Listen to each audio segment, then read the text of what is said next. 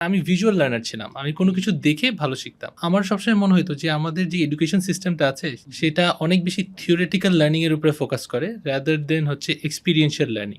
এই visual learning এর একটা খুব high tech solution probably VR, right? আমাদের দেশে এখনো খুব বেশি পপুলার না। যখন আমরা শুরু করি তখন আমরা হচ্ছে এই কোয়েশ্চেন্সগুলোই আমাদের কাছে আসে যে স্কুলে আমরা আসলে কিভাবে সলভ করতে পারি। যেদিন আমরা ভিআরটা দেখাই সেই দিনে হচ্ছে স্কুলের অ্যাটেন্ডেন্সটা কিন্তু বেশি থাকে, বিকজ তারা জানে যে আজকে আমাদের ভিআর দেখানো হবে, তারা কিছু নতুন ইন্টারঅ্যাক্টিভ কিছু পাবে। মানে এমন কি কোনো সুযোগ বা সময় আসবে যেখানে বাংলাদেশের শিক্ষার্থীরাও এখানে কন্ট্রিবিউট করতে পারবে এজ এ ডেভেলপার, কারণ এই ভিআর টেকনোলজির তো ইউজার সারা বিশ্বেই হবে। আমি যতটুকু ফিল করি যে টিচারের রোল কিন্তু আস্তে আস্তে আরও অ্যাড হবে, কারণ যেহেতু ডেটার অ্যাক্সেসিবিলিটিটা এত বেশি, বাচ্চারা কিন্তু সব কিছুই এদের মানে টিপ অফ দ্য থাম্ব পাবে। যা দেখাবে সেটা লোকাল ল্যাঙ্গুয়েজে, লোকাল কন্টেন্ট আকারে নাই, যেগুলো হয়তো আমাদের কপিরাইটের ইস্যু আছে। এরপরে update VR content which is still under process, যে আসলে আমাদের ইনস্টিটিউশনগুলো টেক করবে। নতুন জেনারেশন যেহেতু আসছে, আমরা একটু পজিটিভ দেখতে পারি যে তারা অ্যাডপ্ট করবে। ডিসিশন মেকিংটা যদিও হচ্ছে টপ টিয়ার করে, এরকম একটা টেকনোলজিক্যাল ইনকর্পোরেশনের জন্য মাল্টি লেয়ার অ্যাকসেপ্টেন্স দরকার।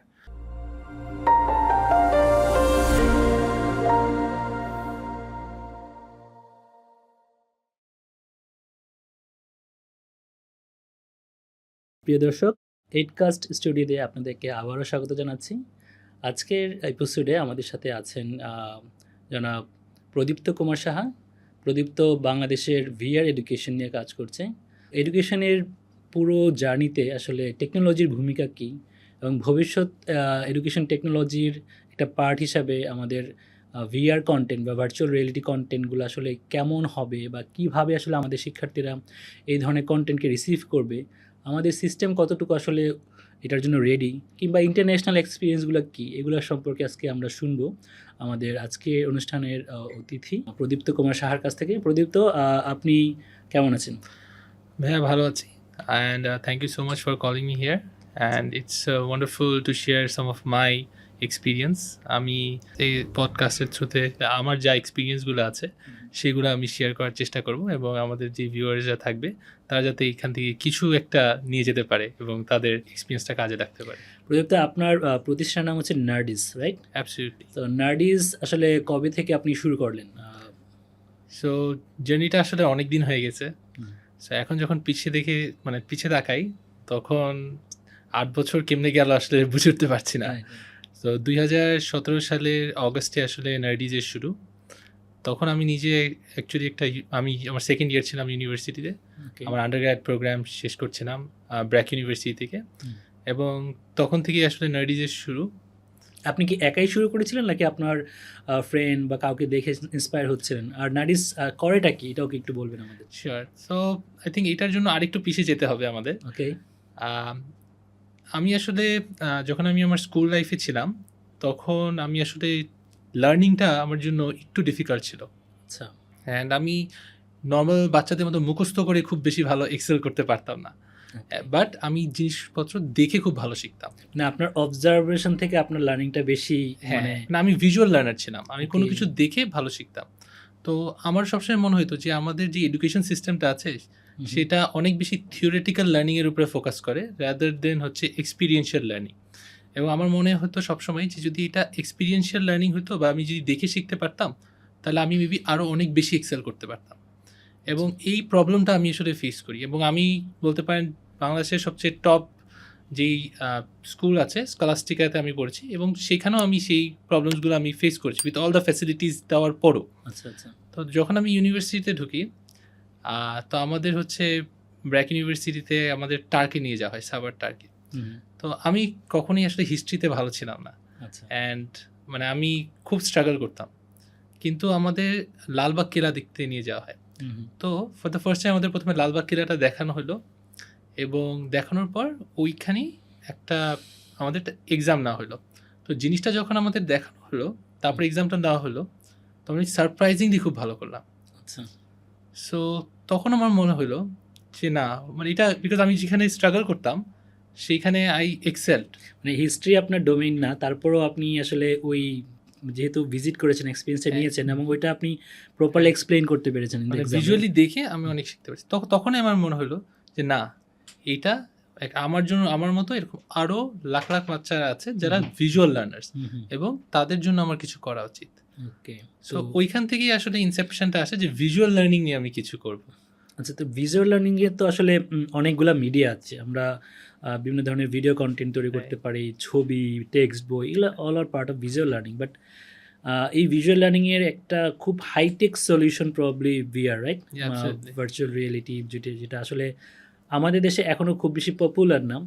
তো এই আইডিয়াটা কিভাবে আপনার মাথায় আসলো, বা আপনি ফার্স্ট কি কন্টেন্ট আসলে রেডি করলেন এই for Sure. Visual learning? So আমি বলবো যে মানে ওই টাইমেই যখন আমাদেরকে আসলে লালবাগ কিল্লা দেখে আর হলো, তখন আমার কিছু করার ইচ্ছা ছিল যে ভিজুয়াল লার্নিং নিয়ে আসলে আমি কি করতে পারি।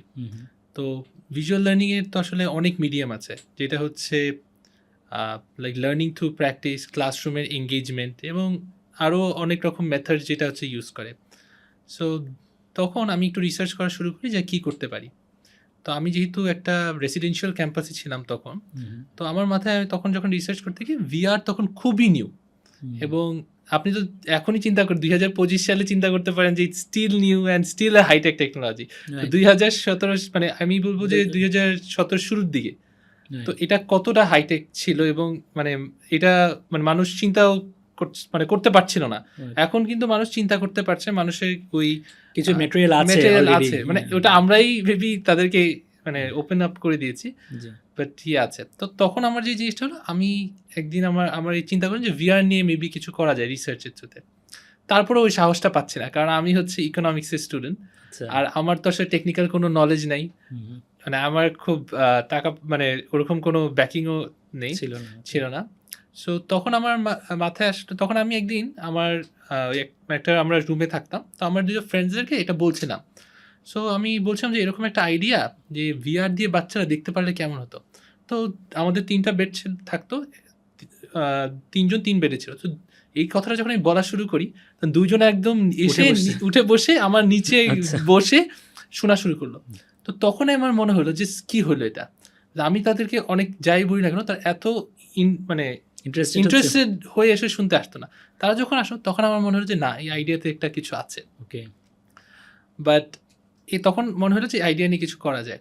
তো আমি তো আসলে টেকনোলজিক্যাল ব্যাকগ্রাউন্ড, তাদের ব্যাকগ্রাউন্ড কি টেকনোলজি ছিল যাদের সাথে শেয়ার কারো হচ্ছে একজন বিজনেস ব্যাকগ্রাউন্ডে ছিল, একজন টেকনোলজি ব্যাকগ্রাউন্ড ছিল, এবং তারা খুব ভালো মতো বলে যে হ্যাঁ এটা করতে পারো। কিন্তু আমি যখন তাদেরকে তারপর আমি ঢাকায় মানে আমাদের রেসিডেন্সিয়াল ক্যাম্পাস শেষ হওয়ার পর আমরা চলে আসলাম। তো আমি হচ্ছে যেহেতু আমি টেকনোলজিক্যাল কোনো ব্যাকগ্রাউন্ডে না, আমি মানে চিন্তা করছিলাম যে কেমনে করবো এটা, তো আসলে এক্সিকিউট করতে হবে। অ্যান্ড আমরা তখন ইয়াং ছিলাম, অনেক বেশি অ্যাম্বিশিয়াস ছিলাম, অ্যান্ড মনে হইতো যে এভরিথিং ইজ পসিবল। তো আমাদের ফ্রেন্ডসদের কাছে গেলাম, তো তারা আমাকে প্রথম কথা যেটা বলো, ভেরি গুড, তোমার আইডিয়া অনেক ভালো, বাট এটা তো অনেক ফিউচারিস্টিক। আচ্ছা, একজন তো বলে হচ্ছে তুমি তো মনে হয় পাগল হয়ে গেছো, এটা কেমনে সম্ভব? আচ্ছা, সো তখন আমার মাথায়, তখন আমি মানে তারা ওই জিনিসটা তাদের মানে কথাও যুক্তি ছিল যে তোমার কাছে স্কিলটা নাই বানানোর, তোমার কাছে ওই রকম মানে ফান্ডিং নাই, হ্যাঁ তুমি এটা কেমনে করবে? এনভায়রনমেন্টটা তো রেডি ছিল না, এনভায়রনমেন্ট রেডি ছিল না। তখন মোবাইল হেডসেট ছিল, মানে মোবাইলের উপরে আমরা একটা গুগল কার্ডবোর্ড দিয়ে আমরা ভিআর এক্সপিরিয়েন্স দেওয়া হতো। এখন তো অকুলাস অনেক ডেভেলপ করে গেছে। আচ্ছা, আমরা একটু জাস্ট আমাদের অডিয়েন্সের জন্য মানে ভিআর মানে কন্টেন্ট আসলে দেখার জন্য কি কি ম্যাটেরিয়াল লাগে একটু যদি একটু এক্সপ্লেন করো আর কি।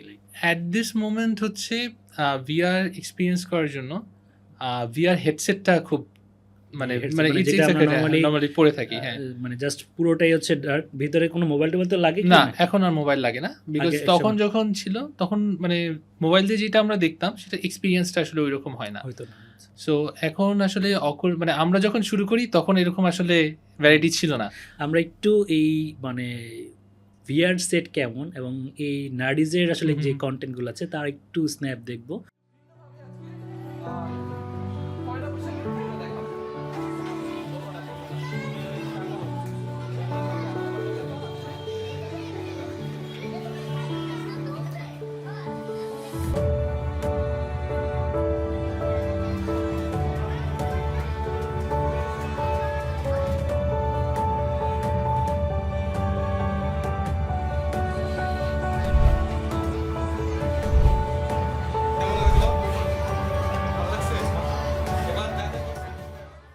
একটা জিনিস একটু মনে হচ্ছিল যে আপনি যখন শুরু করছিলেন, আপনি কি শুধু এডুকেশন কনটেন্ট বানানোর ক্ষেত্রে চিন্তা করেই আসলে এই ভিআরের নার্ডিস শুরু করা, নাকি অন্য কোনো মানে ইন্ডাস্ট্রির জন্য চিন্তা করেছিলেন? না, আমার নিজের পেইন পয়েন্ট থেকেই যেহেতু শুরু করা, তো আমি চিন্তা করেছিলাম যে আমি এডুকেশন নিয়েই আসলে মানে আমি হচ্ছে প্রোডাক্টটা বানাবো Nerdis, VR education experiential learning platform. তো ওইটা নিয়ে আসলে শুরু করা।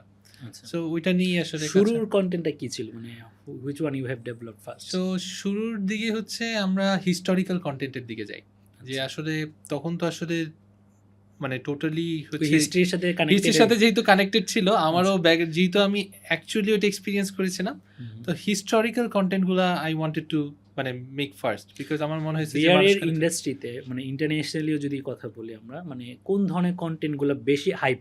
লাইক আমি যতটুকু জানি হয়তোবা সায়েন্সের অনেক কন্টেন্ট আছে, বায়োলজি, কেমিস্ট্রি বা অ্যাস্ট্রোনমিক্যাল অনেক কন্টেন্টের কথা আমরা শুনি। বিশেষ করে আমাদের যেমন সৌরজগতের অনেক ব্যাপার স্যাপার আছে যেগুলো ভিআরে দেখতে অনেক আকর্ষণীয় লাগে। আপনারটা তো আসলে হিস্ট্রি দিয়ে শুরু হয়েছে। So how long you have come to this till date? So it has been a wonderful journey. So we started with মানে হিস্টোরিক্যাল কন্টেন্টস, বাংলাদেশের হিস্ট্রি নিয়ে স্টার্ট করেছিলাম। তারপর আমি অনেক সাপোর্ট পেয়েছি। আমি কানাডার কিছু প্লেসেস, তারপর ইন্ডিয়ার কিছু হিস্টোরিক্যাল প্লেসেস দিয়েছি করি। বাট এখন মানে you will be surprise to know that we have more than 300 contents in various segments. আমাদের মানে ক্লাস বিল্ড বাই 3 থেকে ইওর কোম্পানি।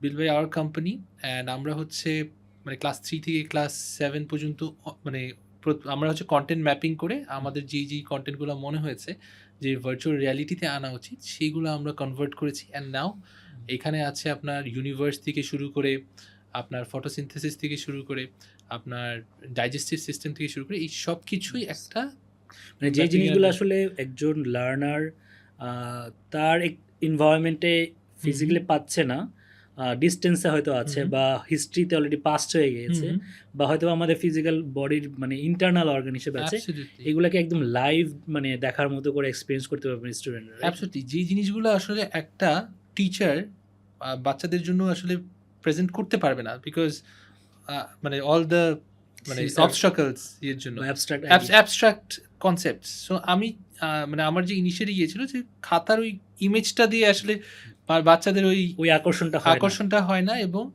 মানে আমি যদি ভিজুয়ালি যেটা এক্সপিরিয়েন্স করতে পারি, এটা আমার সারা জীবন থাকবে এবং এটা আমাকে ভিজুয়ালি চিন্তা করতে আমাকে হেল্প করবে।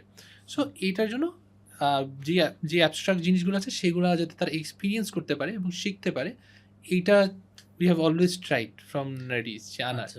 আচ্ছা, আর আপনার এই ভিজুয়াল কন্টেন্টের বিষয়টা তো বুঝলাম, কিন্তু একটা জিনিস হচ্ছে বাংলাদেশের যে ইকোনমিক স্ট্যাটাস বা সোশ্যাল পার্সপেক্টিভ, অনেকেই হয়তো ভাবেন যে এটা খুবই এক্সপেন্সিভ একটা টেকনোলজি, বা হচ্ছে শুধুমাত্র যাদের ক্যাপাসিটি আছে স্টুডেন্ট লাইক হচ্ছে যাদের একটু ওয়েল অফ, তারাই কি শুধু এটা বেনিফিটে নিতে পারবে, নাকি যারা একদমই একটু মার্জিনাল তাদের জন্য আসলে এটা উপযোগী হবে? What do you think?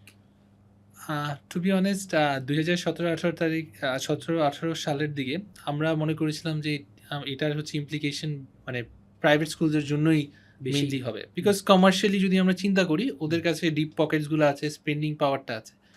But আমরা আসলে আরেকটা অ্যাঙ্গেল খুঁজে পাই এবং যেখান থেকে আমাদেরও আসলে ভিজিবিলিটি সবচেয়ে বেশি বাড়ে, সেটা ছিল যে এইটার একটা নিড উঠে আসে, সেটা হচ্ছে আন্ডার প্রিভিলেজ কমিউনিটির জন্য। বিকজ প্রিভিলেজ যে কমিউনিটিটা আছে তারা কিন্তু মোরাললেস একটা অ্যাক্সেস পায়, মানে তাদের টিভি আছে, ট্যাব আছে, বিভিন্ন ধরনের ইন্টারনেট আছে, ইন্টারনেট ইউজ করতে পারছে, ফিল্ড ট্রিপও যেতে পারছে দেশের বাইরে। কিন্তু আন্ডার প্রিভিলেজ তারা যেতে পারছে না, এবং তারা যেহেতু একটা বাউন্ডারির মধ্যে থাকে, তাদের কিন্তু লোকেশন বলেন বা যেই জিনিসগুলো ওরা অ্যাক্সেসিবিলিটি নাই। সো তাদের মধ্যে দেখা গেল যে ভিজুয়াল লার্নিং এর প্রবলেম, ভিজুয়াল লার্নিংটা আরো বেশি হেল্পফুল। আচ্ছা, অ্যান্ড আপনার কি এমন কোনো মানে এক্সাম্পল বা এক্সপিরিয়েন্স হয়েছে যে আন্ডার প্রিভিলেজ কমিউনিটিকে আপনারা ভিআর দিয়ে এডুকেশন দিচ্ছেন? অ্যাবসলিউটলি। ফার্স্ট অফ অল আমরা শুরু করি, আমরা টিচ ফর বাংলাদেশের সাথে সেশনস ফ্যাসিলিটেট করি, আমরা ইচুম্যাটি ফাউন্ডেশনের সাথে মানে সেশনস ফ্যাসিলিটেট করি, আমরা ইউথ ভয়েস একটা এনজিও আছে ওদের সাথে আমরা ফ্যাসিলিটেট করি। কারেন্টলি একটা one of the largest NGO, তাদের একটা স্কুলে এটা পার্মানেন্টলি একটা প্রাইভেট ভিআর কর্নারও সেট আপ করেছে, যেখানে কন্টিনিউয়াস লার্নিং এই ভিআর দিয়ে তারা অলরেডি একটা করেছে। স্কুলে আপনারা বিয়ার হ্যাঁ, কর্নার হ্যাঁ, তৈরি করেছেন। হ্যাঁ, private VR corner first learning এর জন্য। আচ্ছা, এটা আমাদের জন্য কেমন এক্সপিরিয়েন্স বাচ্চাদের মানে সোফার? এখানে ২-৩টা অ্যাসপেক্টে আমরা জিনিসটাকে আসলে ভেঙে ফেলেছি, যে তাদের এক্সপেরিয়েন্সটা। যেহেতু যখন আমরা আন্ডার প্রিভিলেজড কমিউনিটিতে যাচ্ছি, তখন আমরা যে জিনিসটা দেখছি যে তাদের ফার্স্ট অফ অল ইন্টারেস্টটা বাড়ছে কিনা। যেমন যেদিন আমরা ভিআর ক্লাসটা থাকে বা যেদিন আমরা ভিআরটা দেখাই, সেই দিনে হচ্ছে স্কুলের অ্যাটেন্ডেন্সটা কিন্তু বেশি থাকে, বিকজ আচ্ছা। তারা জানে যে আজকে আমাদের ভিআর দেখানো হয়, তারা কিছু নতুন ইন্টারঅ্যাক্টিভ কিছু পাবে। তারপর আমরা দেখেছি যে যেসব কন্টেন্টসগুলো আমরা দেখাচ্ছি, সেগুলোর এক্সামিনেশন রেজাল্টসগুলো আমরা একটু ফলো করার ট্রাই করেছি। সো ওই জায়গাগুলো আমরা মানে চেষ্টা করছি মনিটর করার। আর আরেকটা জিনিস হচ্ছে যে তার মানে এই যে ক্লাসটা আছে, এটার জন্য তো মানে বাচ্চারা মানে ওভার অ্যান্ড ওভার এগেইন এটা করতে চায়, দেখতে চায়। So this is something that is, আমি মনে করি যে ভেরি এক্সাইটিং। অ্যান্ড আসলে পড়ালেখাটা আমরা যেই রোড ম্যাপে আগাচ্ছি with the AI integration in our education system, আমাদের আসলে মানে এগুলো ইনএভিটেবল হয়ে যাবে। যে ভার্চুয়াল রিয়ালিটি তো একটা আছে, মেবি আরও টেকনোলজি আসবে। আমরা একটা সবসময় শিক্ষা নিয়ে এক ধরনের মানে প্যারেন্টসদের মধ্যেই সমালোচনাটা থাকে যে শিক্ষাটা আনন্দময় করার জন্য কি করা যেতে পারে। মানে বর্তমানে মানে আমাদের প্রিভিয়াস যে জেনারেশন ছিল, তারা হয়তো বা আনন্দময় শিক্ষা বলতে এক ধরনের বুঝতো, বা আমরা যে স্কুলিং সিস্টেম দিয়ে বের হয়েছি তা আমরা একটা জিনিস বুঝতাম। বাট এই যে আপকামিং জেনারেশন যারা আসছে with heavy technology Sevi generation, তাদের মানে এই আনন্দময় শিক্ষার আসলে ডেফিনেশনটা কি হওয়া উচিত বা কেমন হবে? আমার মনে হয় যে আপনি এখানে খুব সুন্দর একটা এই বললেন যে যখন তাদের এরকম একটা সেশন থাকে ভিআর নিয়ে, তাদের অ্যাটেন্ডেন্স বেড়ে যাচ্ছে বা তারা এনজয় করছে, বা তারা যখন ওই দেখেছে যেভাবে সেভাবে যখন এক্সপ্লেন করছে, লিখছে, তো নিশ্চয়ই তাদের মানে একটা ইমার্সিভ মানে পিকচার চোখের সামনে চলে আসছে যে আমি এই জিনিসটা এভাবে দেখেছি। একটা ডাইজেস্টিভ সিস্টেম কীভাবে আসলে কাজ করে, এটা যখন সে আঁকতে যাবে বা লিখতে যাবে, একটা ছবি দেখে যতটুকু না বুঝবে, বাট ওইটা যখন তার একটা ইমেজ তার চোখের মধ্যে ভাসছে, ভিডিওর কল্পনা করছে, তখন নিশ্চয়ই এটাকে আরও অনেক দারুণভাবে সে এক্সপ্লেন করতে পারছে, রাইট? তো অ্যাবসলিউটলি, মানে আমরা কিন্তু যে জিনিসটা দেখেছি যে এইসব ভিজুয়াল লার্নিংয়ে রিটেনশন বাড়ে। আচ্ছা, আমাদের যেই জিনিসটা তারা পড়ছে সেটা অলমোস্ট 50% মোর রিটেইন করতে পারছে। তারপর দেখা যাচ্ছে যে স্কুল যে এঙ্গেজমেন্ট বাড়ছে, তারপর তাদের যেই মানে ক্রিয়েটিভ থিঙ্কিংটা আছে, সেটাও কিন্তু তারা অনেক বেশি বেটার ইউটিলাইজ করতে পারছে। বিকজ আমি যখন একটা ডাইজেস্টিভ সিস্টেম দেখছি, তো আমি কিন্তু অ্যাকচুয়ালি জিনিসটা ভিজুয়ালাইজ করতে পারছি। আমি যখন ইউনিভার্সের মানে আর্থ বা মুনের মধ্যে অ্যাকচুয়ালি দেখতে পারছি যে এটা আর্থ, এটা মুন, তখন আমি কিন্তু আমার হরাইজনটা কিন্তু অনেক বড় হয়ে গেছে। সো এই জিনিসটা তারা আসলে অ্যাজ দে গো, এটা তারা ইন্ডিপেন্ডেন্ট যেই ভিজুয়াল মানে মানে তারা যেইভাবে স্পিক করে বা তারা যেইভাবে থিঙ্ক করে, সেটার ক্যাপাসিটি ডেভেলপমেন্টও করে। রাইট। এইখানে আমি আপনাকে দুইটা বিষয় একটু অ্যাটেনশন সিক করব। প্রথমত হচ্ছে লার্জ স্কেলে বাংলাদেশের আসলে শিক্ষা ব্যবস্থার একটা বড় পিকচার যদি আমরা চিন্তা করি, আমাদের মানে সেকেন্ডারি স্কুলের সংখ্যাই প্রায় অলমোস্ট 33,000+। হ্যাঁ, এখানে অনেক শিক্ষার্থী, এত শিক্ষার্থীর কাছে এই ধরনের একটা টেকনোলজি নিয়ে যাওয়াটা কতখানি এক্সপেন্সিভ, কারণ আমাদেরকে সবসময় ইমপ্লিমেন্টেশনটা চিন্তা করা উচিত। এটা স্কুল নিজেরা কিভাবে শুরু করতে পারে, এক নাম্বার, যে কোন ধরনের স্কুলগুলো শুরু করতে পারে, তাদের এই ফ্যাসিলিটি ডেভেলপ করতে আসলে এটার মানে ডিজাইনটা কেমন হবে, লাইক এটা কি একটা ডিভাইস দিয়ে কি পুরো স্কুলকে সম্ভব, নাকি একটা ক্লাসরুমে একটা সম্ভব, নাকি পার স্টুডেন্ট একটা করে ডিভাইস লাগবে? হোয়াট ডু মানে think the design should be? So to be honest, আমরা যখন মানে এইসব কোয়েশ্চেন্সগুলো আমরা নিজেদের আমাদের আস্ক করতে হয়েছে। যখন আমরা শুরু করি, তখন আমরা হচ্ছে এই কোয়েশ্চেন্সগুলোই আমাদের কাছে আসে যে এইগুলো আমরা আসলে কীভাবে সলভ করতে পারি। তো আমাদের ফার্স্ট অফ অল আমরা যখন আমাদের কম্পারেবলসগুলো দেখি, কম্পারেবলসগুলো হচ্ছে ইন্ডিয়ায় তারা লার্জ স্কেলে এখন ভিআর ল্যাবস এক্সিকিউট করছে। সেটা গভর্নমেন্ট সাপোর্ট করছে, সেটা হচ্ছে ইন্ডিভিজুয়াল প্রাইভেট ইনস্টিটিউশন সাপোর্ট করছে। আরেকটা ওয়ে যেটা আছে, সেখানে কর্পোরেট স্পন্সরশিপের থ্রুতেও ভিআর কর্নার্স আন্ডার প্রিভিলেজ স্কুলসের জন্য স্ট্যাবলিশ হচ্ছে। তো আমরা কিছুটাও সিমিলার রোড ম্যাপেই গেছি, বাট আমাদের কিছুটা, যেহেতু আমাদের কান্ট্রিটা একটু মানে কান্ট্রির যে ইকোসিস্টেমটা আছে বা লার্নিং বা পেইং প্যাটার্নটা আছে, সেটা একটু ডিফারেন্ট, আমাদের আসলে ওইটা ওইভাবে বানাতে হয়েছে। সো অ্যাট দিস মোমেন্ট যেহেতু ভিআর এখনও নতুন, তো আমরা কিন্তু একটা ইন্ট্রোডাকশন করেছি, স্কুলসদেরকে জানিয়েছি, স্কুলসদেরকে এই জিনিসগুলোতে ইন্ট্রোডিউস করে দিয়েছি। So the ultimate vision is স্কুলসে VR ল্যাবস থাকবে, বাট আমরা যেহেতু স্টার্ট করছি, আমরা প্রত্যেকটা স্কুলে VR কর্নার দিয়ে স্টার্ট করছি। তো একটা VR কর্নার বলতে আপনার মনে আসতে পারে যে VR কর্নারটা কি। আচ্ছা, তো VR কর্নারটা হচ্ছে যেমন আমাদের একটা স্কুলে আমরা হচ্ছে একটা VR কর্নার রাখছি, যেখানে হচ্ছে 2টা থেকে 3টা VR হেডসেট থাকছে। সো এটা আসলে স্কুলসরা আমরা যেটা দেখেছি, আমরা তো একটা চিন্তা ভাবনা করে রেখে দিয়ে আসছিলাম, বা একটা 3-4 মানে তাদের সাথে একটা রোড ম্যাপ শেয়ার করেছিলাম, বাট আমরা যখন গিয়ে দেখলাম তারা বিভিন্নভাবে ইউজ করছে। তারা মেইনলি 2টা ভাবে ইউজ করে। একটা হচ্ছে যেমন তাদের যে কম্পিউটার ল্যাব আছে ওইখানেই তারা একটা কর্নার করে রাখছে।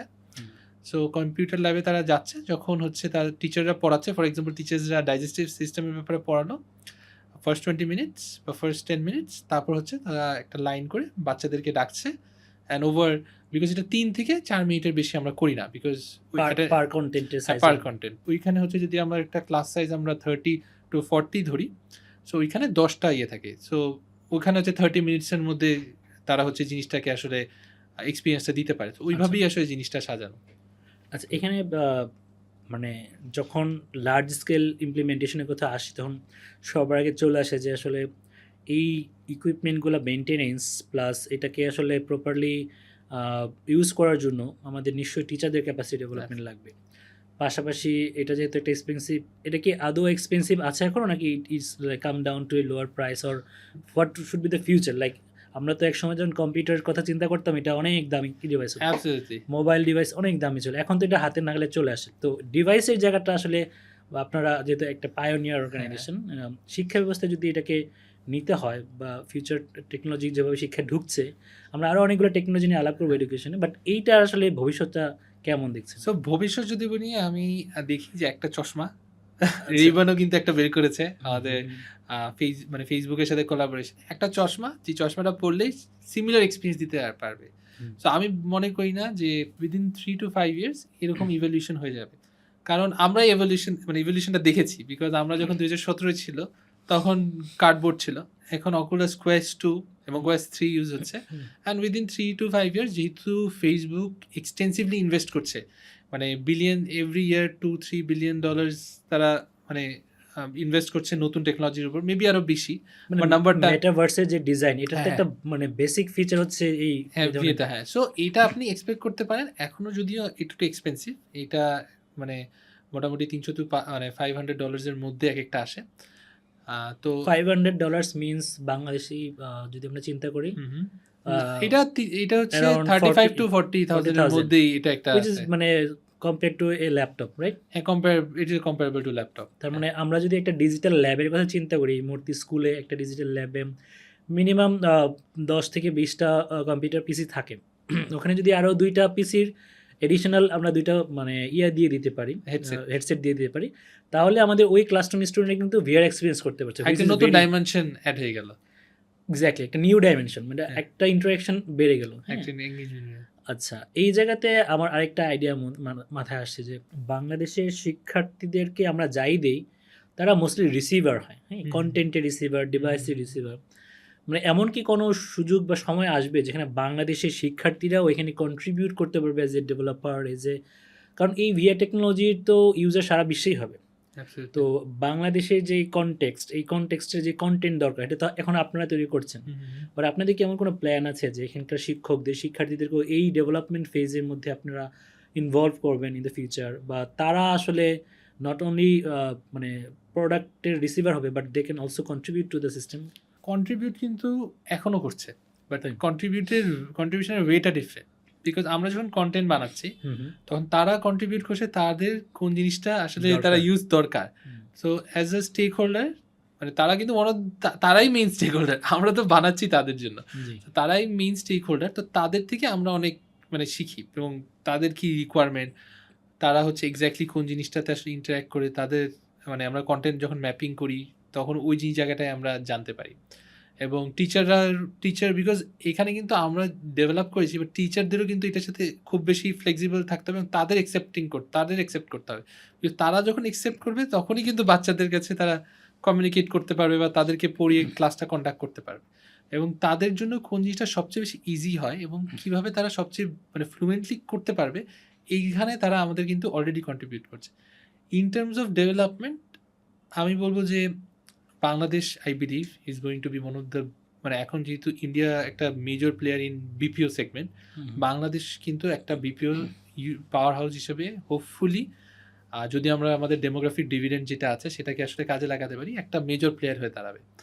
সো তখন যদি আমাদের ভিআরেরও তো রিকোয়ারমেন্ট আছে, তো যখন যখন সাইজ বাড়বে আমাদেরও লোক দরকার হবে, তখন মেবি মানে ওদের থেকেই ওদেরকেই ট্রেন্ড মার্কেট হবে, ডিমান্ডটা যেভাবে বাড়বে আমাদের আসলে কন্ট্রিবিউশনের হারটাও সেভাবে কন্ট্রিবিউশন বাড়বে, বাচ্চারা ইয়ে করবে, তারাই ক্রিয়েট করবে, তারাই মানে এক টাইমে তারাই ক্রিয়েট করবে এবং তারাই জিনিসগুলো আস্তে আস্তে ইয়ে করবে। আচ্ছা, এডুকেশনের একটা বড় সেগমেন্ট হচ্ছে আসলে capacity development for teachers, like training programs.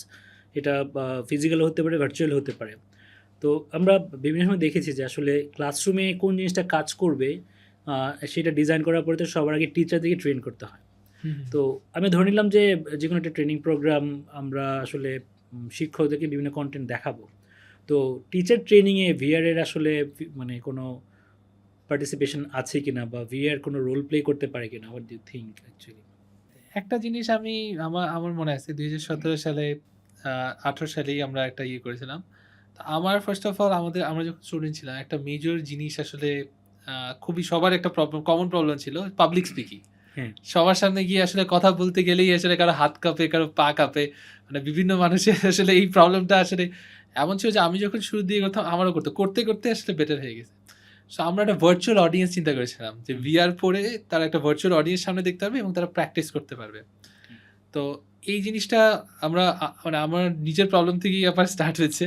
তো এটা কিন্তু অনেকটা ইউটিলাইজ করেছে, আমাদের ওয়েবসাইটে আমরা ফ্রি করে দিয়েছিলাম। তো তখন অনেকটা ইউজ করে আসলে প্র্যাকটিস করেছে।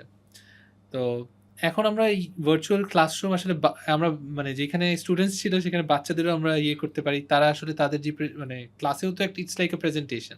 সো এটা আসলে তারা কিভাবে দিতে পারে, এইটার একটা মোর রিফাইন্ড ভার্সন হতে পারে। এইভাবে টিচাররাও বেটার ট্রেন্ড হতে পারে। সো টিচার ট্রেনিং থেকে একটু মোর স্কোপ চলে আসে। সো এই জিনিসগুলো আসলে আই থিঙ্ক টিচার ট্রেনিং এ আমরা ভিআর এর থ্রুতে অ্যাড করতে পারি। আচ্ছা, আমরা তখন ভিআর নিয়ে আলাপ করছিলাম। আমার মনে হয় যে ভিআরটা হচ্ছে যেটা এখনও বাংলাদেশে কিছুটা মানে নতুন আছে, বাট এর সাথে সাথে আরও অনেকগুলা মানে অ্যাডভান্স টেকনোলজি কিন্তু আমাদের সামনে চলে আসছে, যেটা আসলে বাজ একটা ক্রিয়েট করছে, যেমন আর্টিফিশিয়াল ইন্টেলিজেন্স একটা। আমার একটু মানে যেহেতু আপনি একদমই একটা কাটিং এজ টেকনোলজি নিয়ে কাজ করছেন, আমি একটু বুঝতে চাই যে আসলে এআই এর ইম্প্যাক্ট কন্টেন্ট ডেভেলপমেন্টে কী, অ্যান্ড ইন দ্য ফিউচার আমাদের স্টুডেন্ট এবং টিচারদেরও আসলে এআই নিয়ে কী ধরনের কাজ আসলে হবে বা কিভাবে তারা এটা ব্যবহার করবে। এআই কি আসলে আমাদেরকে ঠিক জায়গায় নিয়ে যাবে, নাকি মডার্ন টেকনোলজি হিসাবে আমরা এটাকে এখন যেভাবে নিচ্ছি অন্য অন্য সোশ্যাল মিডিয়ার মতো, এটাকে আমাদেরকে আসলে মানে পার্সোনালাইজ লার্নিংয়ে হেল্প করবে? কোনভাবে আসলে আমরা মানে আগাবো বা আগাচ্ছি? আপনি as a private sector stakeholder, হ্যাঁ, আমি যদি মনে করি যে কীভাবে দেখছেন যে এটার কন্ট্রিবিউশনটা আসলে কোন দিকে যাবে? আমার তো মানে এনভিআর স্টুডিও যেটা আছে সেখান থেকে নার্ডিজ একটা এডুকেশন প্রোডাক্ট, আমরা টেকনোলজি নিয়ে অনেক কাজ করি। ওখান থেকে আমরা টেকনোলজি মানে সলিউশনস প্রোভাইড করি দ্যাট মেক্স ইম্প্যাক্ট। তো ওখান থেকে আমরা আসলে এআই নিয়েও কিছু কাজ করা হয় এবং এই ইন্ডাস্ট্রিতে আসলে এআই আসলে প্রত্যেকটা ইন্ডাস্ট্রি ডিসরাপ্ট করে ফেলছে, রাইট? অ্যান্ড এইটা আসলে একটা ট্রান্সফরমেশনটা কিভাবে হবে, মানে আমরা জাস্ট আমাদের অ্যাজাম্পশনই বলতে পারি। এক্স্যাক্টলি কী হবে আমার তো, যদি আমাকে জিজ্ঞেস করেন আমি বলবো যে there will be complete transformation within 3 to 5 years। মানে কারেন্টলি আমরা যেভাবে অপারেট করছি আমার মনে হয় যে এখান থেকে অনেক কিছুই চেঞ্জ হয়ে আসবে। মানে হিউম্যান ক্যাপাসিটি থেকে তখন আর্টিফিশিয়াল ক্যাপাসিটি বিল্ড হবে আমাদের। আর্টিফিশিয়াল ক্যাপাসিটি বিল্ড এটা কি মানে রিপ্লেস করে ফেলবে, নাকি ক্যাপাসিটি চেঞ্জ করলে মানুষের প্রোডাক্টিভিটি বেড়ে যাবে? কোন দিকে আসলে আমাদের যাওয়ার টেন্ডেন্সি বেশি? সো আমি এটাকে এই যে কোয়েশ্চেনটা আছে এটাকে আমি 2 ভাগে ভাগ করব। একটা হচ্ছে যে এআই কিভাবে ইমপ্যাক্ট করবে এবং এআই কিভাবে এইড করবে এবং আমরা আসলে এটাকে আসলে কিভাবে ট্যাকেল করতে পারি। তো ফার্স্ট অফ অল যে জিনিসটা আছে যে মানে যদি আমরা রিসেন্টলি দেখে থাকি যে খান একাডেমি একটা রিসেন্ট একটা প্রোটোটাইপ মানে অনলাইন টিচার, হ্যাঁ, একটা অটোমেটেড এআই ম্যাথ টিচার, যেখান থেকে ওর প্রবলেমসগুলো বলতে পারছে, ও প্রবলেমসগুলো স্ক্রিনশট করে শেয়ার করতে পারছে। এবং আমার যেটা মনে হয় যে ওভার দ্য জেনারেটিভ এআই যেটা আছে, জেনারেটিভ এআই এর থ্রুতে প্রত্যেকটা মানুষের একটা এআই অ্যাসিস্ট্যান্ট থাকবে। তো সেই অ্যাসিস্ট্যান্টের রোলটা কি হতে পারে আমাদের জন্য অ্যাজ আ ওয়ার্কিং ইন্ডিভিজুয়াল, আমার এআই অ্যাসিস্ট্যান্ট আমার কাজের প্রবলেমসের মেইনলি সলিউশন দেয়। সো একটা এআই অ্যাসিস্ট্যান্ট, এটা বাচ্চার জন্য একটা এআই অ্যাসিস্ট্যান্টই থাকবে, বাট সে তাকে প্যারেন্টিং করতে পারে বা টিচিং করতে পারবে। আচ্ছা। তো সে তার যত প্রবলেমসগুলো আছে, বিকজ এআই তো তাকে আস্তে আস্তে যখন সে এআইটা ইউজ করতে থাকবে তার ব্যাপারে লার্ন করা শুরু করে, তার প্রবলেমস বা তার যেই প্যাটার্নগুলো বুঝে যাবে। সো তখন যে সলিউশনসগুলোও চাবে বা প্রবলেমসগুলো সে শেয়ার করবে, সেইগুলোর পার্সোনালাইজ তাকে সলিউশনস দিবে। তো এই যে জিনিসটা আছে সেখান থেকে সে কিন্তু মানে সব কিছু সলিউশন পেয়ে যাবে। তো বাসায় এখন যে হোম টিউটরিংয়ের ব্যাপারটা আছে, তারপর তার যেই মানে এখন বাচ্চারা বাংলাদেশে যদি আমরা কনটেক্সটে চিন্তা করি, আই ওয়াজ সুপার সারপ্রাইজ যে আমি একটা কাজিনের বাসায় গেছি, সে কেজি 2 বা 1-এ পড়ে, তার 3টা টিচার। হ্যাঁ, এটা তো আমাদের খুব মানে এটা আমাদের প্যারেন্টসদের মধ্যে এক ধরনের প্রতিযোগিতাও চলে যে তার বাচ্চার আর্লি স্টেজ থেকে তার ক্যাপাসিটি বিল্ড করার জন্য হোক বা রেজাল্ট ভালো করার জন্য হোক, কোনোভাবেই টিচারের কমতি রাখা যাবে না। টিচারের কমতি না, এটাই মনে হচ্ছে যে টিচার সে বেশি দিলেই সে ভালো করছে। বাট এই জিনিসটা থেকে আমার মনে হয় সরে আসবে।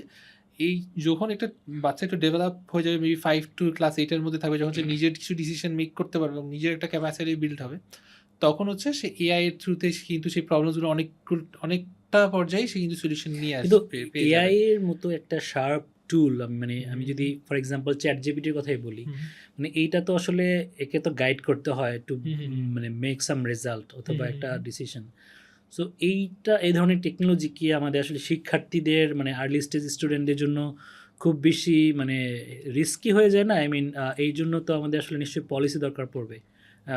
কিভাবে আসলে কোন এজের স্টুডেন্টদেরকে কতটুকু সাপোর্ট দিতে পারবে।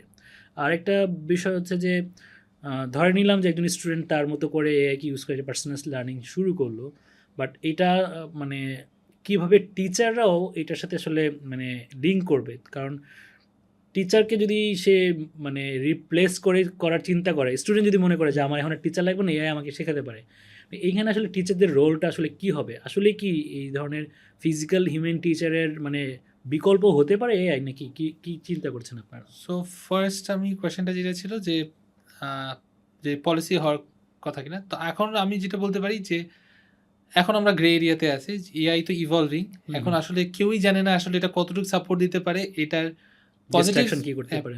হ্যাঁ, পজিটিভসগুলো আমরা কিছুটা জানতে পেরেছি, নেগেটিভসগুলো অ্যাজিউম করতে পারছি না, বা যদি আমাদের চোখে আসে আমরা এটাকে আপাতত পজিটিভটা এতটাই বেশি প্রমিনেন্ট যে আমরা অ্যাভয়েড করেই যাচ্ছি। সো এখনও আসলে ওইগুলো ভিজিবল না, এইগুলো এখনও গ্রে এরিয়া। সবসময় পলিসি তখনই হয় যখন একটা মানে কোনো একটা অকারেন্স হয়, ওইটাকে তখন পলিসির আন্ডারে এনে ওইটাকে আসলে ইরেডিকেট করার চেষ্টা করা হয়। সো এখনও ওই লেভেলে তো আসলে ইউটিলাইজেশনটা যায় নাই, বাট আমার মনে হচ্ছে এটা তো একটা কন্টিনিউয়াস প্রসেস। পলিসিগুলো আসলে একটা পলিসি ফ্রেমওয়ার্ক যদি থাকে, এটাও আসলে মানে খুবই তাড়াতাড়ি আপডেট করতে হবে। মানে পলিসিগুলো এআই যত ফাস্ট ইভলভ হবে পলিসিও ওই লেভেলে যেতে হবে। আমরা সাধারণত যে কোনো পলিসি একটা ইয়ারে তৈরি হয়, এটা দীর্ঘদিন যাবত হয়, বাট এআই এর ক্ষেত্রে পলিসিটাকে মনে হয় মানে সিমিলার পেসে আগাইতে হবে, যে যখনই এখানে নিউ একটা ডাইমেনশন তৈরি হবে, policy should capture that dimension, positive and negative both side, right? মানে পলিসিটা খুব তাড়াতাড়ি ইয়ে করতে হয়। আগে আমাদের যেমন এডুকেশন পলিসি আছে, 2010-এ আমরা একটা পলিসি ফ্রেমওয়ার্ক তৈরি করেছি, 2021-এ তৈরি করেছি, 10 বছর আমরা এখন ওই ফ্রেমওয়ার্কটা আসলে মানে কার্যকর হবে না। আমাদের যদি আমরা পলিসি বানাইও, এভরি 3 to 5 years আমাদের এটাকে আসলে ইভ্যালুয়েট করে, আমি বলবো যে 3 years ইভ্যালুয়েট করে এটাকে আবার মানে আপ টু ডেট করে আনতে হবে, তখনই আসলে পলিসিটা আসলে এফেক্টিভ হবে। সো এইখানে একটা গ্রে এরিয়া, এটা আসলে as private sector stakeholder হিসেবেও আমি জানি না এটা আসলে কি মানে ওই অ্যাজাম্পশনে কি হবে, বাট একটা ফ্রেমওয়ার্ক আমাদের মেবি দরকার হবে ভেরি ইন রিসেন্ট ফিউচার, যে আসলে একটা এআই পলিসি ফ্রেমওয়ার্ক আসলে থাকা উচিত ব্লেন্ডেড লার্নিংয়ের জন্য, আসলে ইভ্যালুয়েট করার জন্য আসলে কোন কোন জিনিসগুলো আমরা ইনকর্পোরেট করবো ব্লেন্ডেড লার্নিংয়ে, বা কোনগুলো আসলে ইউজফুল। কারণ এআরও মানে এআই এরও অনেক ডাইমেনশনস আছে। সো ফ্রেমওয়ার্ক থাকলে পলিসি মেকার্স, টিচার্স, স্কুলস, তারা এইগুলো আসলে ইনক্লুড করতে পারবে। ইন টার্মস অফ এইটা আসলে টিচারদেরকে অ্যাভয়েড করে টিচারকে মানে রিপ্লেস করে দেয় কিনা, এখানে যদি পার্সোনালি বলি, আমি যদি এখন ইউনিভার্সিটির স্টুডেন্ট হতাম, আমি একটু ক্লাস স্কিপ করা স্টার্ট করে দিতাম। আমি একটু বিকজ আমি জানি যদি আমি ক্লাস মিসও করে ফেলি, ওই টপিকগুলো নিয়ে আসলে আমি ইয়ে করে দিলাম, এআই আমাকে। বাট আর্লি গ্রেড স্টুডেন্টদের জন্য এটা মেবি মানে ওটা তো ওদের তো হচ্ছে প্যারেন্টসরাই গাইড করে, ওরা প্যারেন্টস যদি বলে স্কুলে যাইতে হবে হুম। বাট আমিও যদি জানি যে আমি বাসায় গিয়ে এআই যদি আমাকে বুঝিয়ে দিতে পারবে, আমি একটু ফ্রেন্ডের সাথে হেল্প নিবই। আমি হেল্প নিবই, আর আমি রাদের ক্লাসে একটু বেবি ফ্রেন্ডের সাথে একটু আমার এক কথা ফ্রেন্ড বলা বলছিল যে AI is the best professor in the world, মানে হ্যাঁ। একটার মধ্যে সব আছে। সব আছে। বাট মানে টিচারের রোলটা আসলে মানে তাদের তো আসলে এক ধরনের এক্সপিরিয়েন্স আছে, মানে Absolutely. ফিজিক্যাল এক্সপিরিয়েন্স, এতগুলা বাচ্চাকে একসাথে হ্যান্ডেল করার ক্যাপাসিটি। হয়তোবা আমার ক্লাসে 30টা বাচ্চা আছে স্কুলে, 30টা হয়তো 30 জনই ধরে নিলাম যে এআই তাদের একটা মানে কোচ কিংবা অ্যাসিস্ট্যান্ট আছে, কিন্তু তাদেরকে তো তাদের প্যাটার্ন ধরে 30 জনকে এআই 30 রকমের সাজেশন দিবে। তো একজন টিচার যখন ক্লাসে পড়ান, তার যে কন্টেন্ট বা তার যে গোল ওই ক্লাসটাকে নিয়ে একটা ইয়ারে, তার প্ল্যানটা তো ভিন্ন। তো ওই জায়গায় আসলে টিচারের আমার মনে হয় যেটা যে রোলটা সবসময় থাকবে, এবং তার যে মানে হিউম্যান ম্যানেজ করার ক্যাপাসিটি, মানে হিউম্যান টু হিউম্যান। হ্যাঁ, এখন আসলে ফিউচার তো আসলে অনেক ইমার্সিভ হয়ে যাচ্ছে যে আসলে হিউম্যান টু হিউম্যান থাকবে কিনা, কারণ ফেসবুক বা মেটা আসলে তারা একটা ভার্চুয়াল ওয়ার্ল্ড ক্রিয়েট করার চেষ্টা করতেছে, ফিজিক্যালের বাইরে একটা ওয়ার্ল্ড হয়তো বা হবে, আমরা মুভি টুভিতে দেখি, কিন্তু হিউম্যানের রোলটা সবসময় প্রমিনেন্ট থাকবে, রাইট? আর টিচার আসলে কিভাবে এই ধরে নিলাম একটা ক্লাসে, এটা আর্লি গ্রেড হোক বা সেকেন্ডারি স্কুল লেভেলে হোক, একটা পর্যায়ে যদি এমন হয় যে শিক্ষার্থীরা সবাই আসলে এআই সেবী হয়ে গেছে, কারণ এটা যদি তাদেরকে গ্রেটলি হেল্প করবে পার্সোনালাইজ লার্নিংয়ে, তো তারা সবাই ধরেন মানে এআই ইউজ করা শুরু করলো তাদের লার্নিং অবজেক্টিভকে ফুলফিল করার জন্য, গাইডেন্স নেওয়ার জন্য বা কোচিং নেওয়ার জন্য। ধরে নিলাম যে হোম টিউটরটা অনেক কমে আসতেছে, তো যারা টিচিং প্রফেশনে থাকবে বা যারা টিচার হবেন, তারা আসলে কিভাবে এই স্টুডেন্টদেরকে ট্র্যাক করবে, বা অ্যাসেসমেন্টের কোন টুলটা ব্যবহার করলে আসলে টিচারের জন্য এটা বেশি মানে ফিজিবল হবে টু হ্যান্ডেল দেম, লাইক স্টুডেন্টরা যদি টিচারকে আউটস্মার্ট করে, তাহলে টিচার কিভাবে আসলে ওই অ্যাসেসমেন্টগুলো করবে। তো এই জায়গাটাতে কি কোনো চ্যালেঞ্জ আসবে বলে মনে হয়? বাট আমার একটা মানে আমি যেহেতু এডুকেশন সেক্টরই আছি, গভর্নমেন্টে আছি, প্লাস ইন্টারন্যাশনাল কমিউনিটি দেখছি, টিচারদেরকে শেখানোর পাশাপাশি শিক্ষার্থীদেরকে শেখানো, শিক্ষার্থী তো নিজে নিজে শিখে যাচ্ছে, তো টিচারদেরকে এই জায়গাটাতে কোন ধরনের টুলগুলো আসলে দেওয়া প্রয়োজন? What do think? ভাই আমি একদম ফার্স্টের থেকেই আসবো যে আসলে টিচার কখনো অবসলিউট হয়ে যাবে না, বিকজ টিচার আসলে is the most pivotal part of the education system. ওদের ছাড়া আসলে কোনো এডুকেশন সিস্টেমই স্ট্যান্ড করবে না। বাট হ্যাঁ, যে এখন যেহেতু আসলে অ্যাডিশনাল হেল্প বাচ্চারা পাচ্ছে, তো টিচারের রোলটা কী হতে পারে এবং টিচারের যে ক্লাসটা নিচ্ছে সেটা ডাইনামিক্সটা কেমনে চেঞ্জ হতে পারে। এখনও আসলে অনেক কিছু আমরা গ্রে এরিয়াতে আসছি, কারণ হচ্ছে যতক্ষণ আসলে যে জিনিসগুলো আমরা অ্যাজিউম করছি বাচ্চারা পাবে, সেগুলো যতক্ষণ তারা না পাচ্ছে বা সেগুলোকে ইউটিলাইজ করছে না, পজিটিভলি বা নেগেটিভলি ইউটিলাইজ করছে না, ততক্ষণ আসলে বলা যাচ্ছে না যে এটাকে আসলে কোপিং মেকানিজম কী হতে পারে। বাট আমার যে জিনিসটা মনে হয়, আমি যতটুকু ফিল করি যে টিচারের রোল কিন্তু আস্তে আস্তে আরও অ্যাড হবে এবং টিচারের রেসপন্সিবিলিটি আরও বাড়বে, কারণ যেহেতু মানে ডেটার অ্যাক্সেসিবিলিটিটা এত বেশি, বাচ্চারা কিন্তু সব কিছুই মানে টিপ অফ দ্য থাম্ব পাবে, মোবাইলে বলেন তাদের পিসিতে বলেন তারা পাচ্ছে, এবং ওইটা ডাইনামিক্সটা এবং ফ্রিকোয়েন্সিটা বেড়ে যাচ্ছে। সো টিচারদের একটা রোল আসবে যে তাদের মিক্সচার করতে হবে যে বাচ্চা যাতে একটা কন্টিনিউয়াস লার্নার হয়, কারণ সে যাই শিখবে না কেন উইদিন 2-3 ইয়ার্স ডাইনামিক্সটা চেঞ্জ হয়ে যাবে। তো তারা যাতে কন্টিনিউয়াসলি শিখতে পারে, ইভেন তারা যাতে কন্টিনিউয়াসলি নিজেদেরকে ডেভেলপ করতে পারে, নতুন নতুন স্কিল মানে ক্রিয়েট করতে পারে। এবং সবাই তো বলছে, ইভেন ইলন মাস্ক থেকে শুরু করে সবাই বলছে যে the biggest skill in the future would be continuous learning and learning new skills. Because everything that you learn is going to be obsolete within 2 to 3 years or আপনার সাথে একদম শুরুতে যে আলাপটা ছিল যে এক্সপেরিয়েন্সিয়াল লার্নিং, মানে শিক্ষার জন্য আসলে আপনি যেটা অভিজ্ঞতার মধ্যে দিয়ে যাচ্ছেন ওইটাই মনে থাকছে, একই সাথে মানে আমি যা শিখছি that is not permanent for my life, এটা যে কোনো সময় চেঞ্জ হতে পারে, বা একটা জিনিস শিখছি ওটা হয়তো বা হারিয়েও যেতে পারে, ওই শিক্ষাটা হয়তো নাও লাগতে পারে। আপনার সাথে আলাপ করতে গিয়ে শুরুতে আমার যেটা মনে হচ্ছিল যে আমার জার্নিটাও যদি আমি একটু শেয়ার করি, I started my career as a content developer in university life as well. হ্যাঁ, আমি ঢাকা ইউনিভার্সিটি ইকোনমিক্সে ছিলাম, তখন আমরা মানে এডুকেশন কন্টেন্ট বাচ্চাদের কীভাবে আসলে হেল্প করতে পারে, বিশেষ করে সায়েন্সের কন্টেন্টগুলো, তখন তো আসলে আমি যখন শুরু করেছি 13-14 সালে, তখন ওই আমার এই ধরনের ইমার্সিভ লার্নিং বা ভিআর নিয়ে চিন্তা করি না, তখন 2D অনেক অনেক নতুন big ছিল। হ্যাঁ, হ্যাঁ। তো 2D কন্টেন্টও কিন্তু বাংলাদেশের মার্কেটে ওভাবে ছিল না। হুম, আমাদের টিচাররা ক্লাসরুমে যে একটা কন্টেন্ট দেখাবে বাচ্চাদের কাছে, হুম, দুইটা জিনিস গ্যাপ। একটা হচ্ছে যে ক্লাসরুমে দেখানোরও পর্যাপ্ত হুম, ক্যাপাসিটি বা ইকুইপমেন্ট ছিল না, আবার যা দেখাবে সেটা লোকাল ল্যাঙ্গুয়েজে, লোকাল কন্টেন্ট আকারে নাই, হুম, হয়তো বা ফরেন ল্যাঙ্গুয়েজে আছে, right, বা right. যেগুলো হয়তো আমাদের কপিরাইটের ইস্যু আছে। তো হুম, তখন ওটা করছিলাম। তো এরপরে আপডেট আপনি করলেন, আপনারা হয়তো নিয়ে আসলেন হচ্ছে VR content, hmm, which is still under process, যে আসলে আমাদের ইনস্টিটিউশনগুলো টেক করবে, তাই না? হুম, তো এই জায়গা থেকে আমার মনে হয় যে what should be the next level of content. ধরি আমি যদি ভিআর কন্টেন্টও তো একটা সময় পূরণ হয়ে যাবে, তাই না? absolutely. হইতেই পারে। সো আমরা এখন এআই এর কথা বলছিলাম, জেনারেটিভ এআই। হ্যাঁ, জেনারেটিভ এআই মানে হচ্ছে ডেফিনেটলি যে এ জেনারেট করতে পারে সামথিং। Absolutely. হ্যাঁ, একে যদি আমি একটা কমান্ড দেই বা একটা প্রম্পট দেই বা একটা ক্লু দেই, ওই ক্লুটাকে সে ইউজ করতে পারে এবং সেই ক্লুটাকে একটা আনসারে বা একটা প্রোডাক্টে বা একটা আউটপুটে কনভার্ট করতে পারে, রাইট? তো in future what do you think, like যে এটা কি আসলে কতটুকু সম্ভব? আমার মনে হচ্ছে সম্ভব, but as a industry part আপনারা কি দেখছেন কিনা যে জেনারেটিভও কন্টেন্ট ডেভেলপ হয়ে যাবে এবং কখনো কখনো হয়তো বা টিচার নিজেই বা স্টুডেন্ট নিজেই তার প্রয়োজন মতো কন্টেন্ট বানিয়ে নিতে পারবে?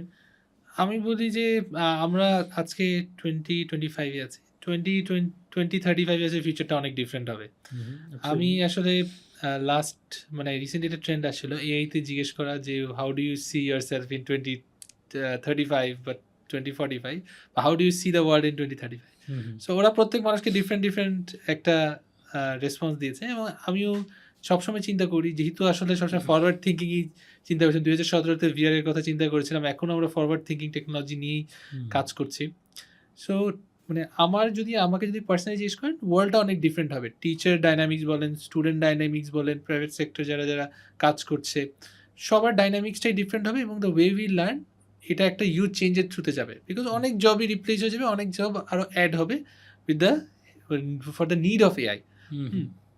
বাট যে জিনিসটা আমার মনে হয় যে অ্যাজ হিউম্যান রেস, আমি বলবো শুধু মানে বাংলাদেশ না, অ্যাজ হিউম্যান রেস আমাদের আসলে অ্যাডপ্ট করতে হবে।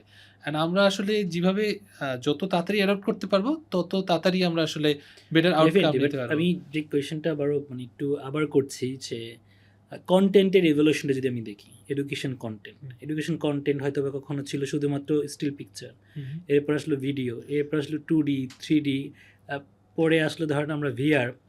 এখন এগুলো তৈরি করতে যে এফোর্ট দেওয়া লাগতো আগে, একটা হিউজ প্রিপারেশনের ব্যাপার ছিল, একটা কন্টেন্ট কীভাবে ডেভেলপ হয়, কিন্তু ভালো করে জানি যে এই কন্টেন্টের থিম, এটার ডোমেইন, এরপরে এটার আসলে প্যাডাগজি চিন্তা করা, এটার ইন্টারাকশন লেভেল এবং তার অ্যাসেসমেন্ট, এই সব কিছুই কিন্তু একটা হিউজ টিমওয়ার্ক এবং একটা মানে টাইম এক্সপেন্স সব কিছু থাকতো।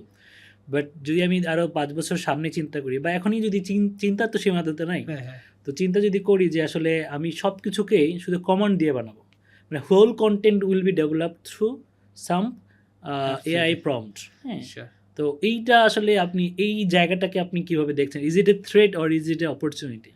আমি হচ্ছে এইটাকে দুইটা সেগমেন্টে ভাগ করবো, যে একটা হচ্ছে যেটা হচ্ছে সবার জন্য ইউনিফর্ম, বিকজ যেটা হচ্ছে আমরা মেজার করতে পারবো, এবং যেটা হচ্ছে ইনস্টিটিউশন, গভর্নমেন্ট ইনস্টিটিউশন বা পলিসি লেভেলে বানানো হয়, সেটার একটা ডিফারেন্ট অ্যাসপেক্ট। আর হচ্ছে ইন্ডিভিজুয়াল মাইক্রো লেভেলে। তো টিচার যেটা আছে, যখন আমাদের যেই কন্টেন্টগুলো আছে, যেটা টিচারকে দেওয়া হয় সেটাই তাদের প্রেজেন্ট করে তারা হচ্ছে এক্সপ্লেন করে।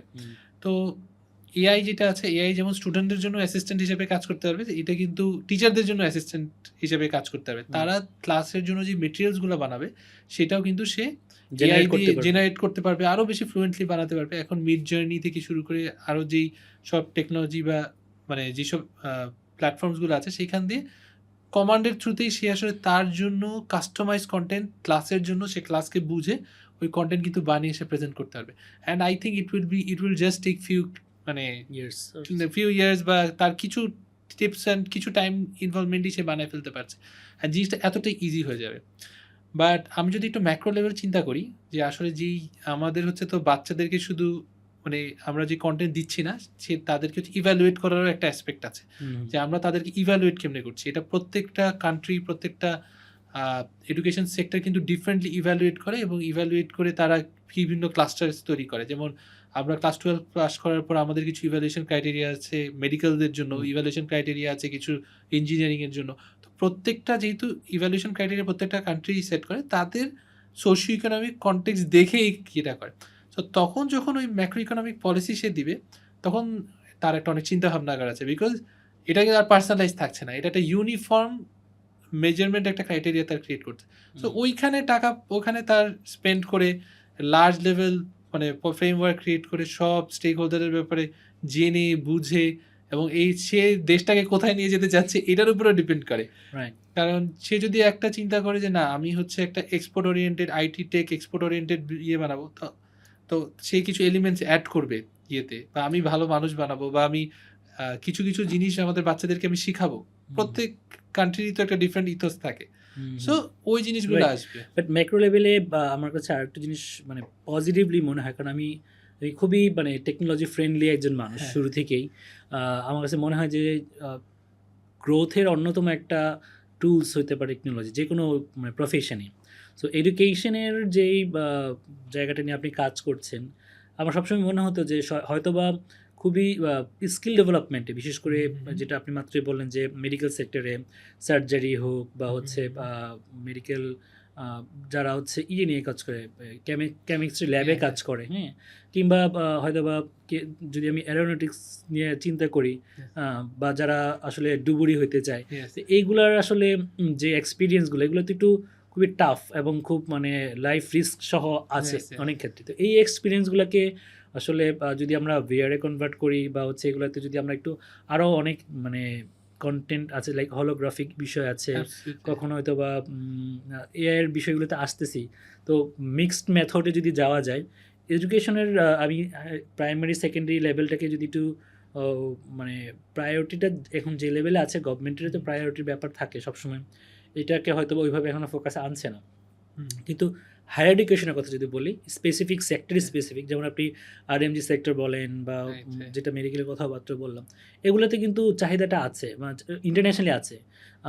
অন্য অন্য দেশে যারা অলরেডি এই ধরনের মানে স্কিল ডেভেলপমেন্টের সাথে এই কন্টেন্টগুলোকে নিয়ে আসছে, তাদের গ্রোথটা কেমন? মানে আপনি তো অবশ্যই ফিউচার ওরিয়েন্টেড, বাংলাদেশের তুলনায় অন্য দেশের গ্রোথটা কেমন? এটা আমি আপনাকে এক্স্যাক্টলি বলতে পারবো। সো আমাদের হচ্ছে আমি যেটাকে আসলে যেই কান্ট্রিকে আসলে বেশি ফলো করি, কারণ আমাদের হচ্ছে সোশিও ইকোনমিক কিছু জিনিসগুলো আছে, যেমন ইন্ডিয়ায় যদি আমি দেখি, কারণ বাইরে যারা আছে ইউরোপে ওদের অ্যাডপশন বা ওদের যেই কালচারটা আছে ওটা ডিফারেন্ট, তারা অনেক তাড়াতাড়ি অ্যাডপ্ট করতে পারে, অনেক তাড়াতাড়ি ডিপ্লয় করতে পারে।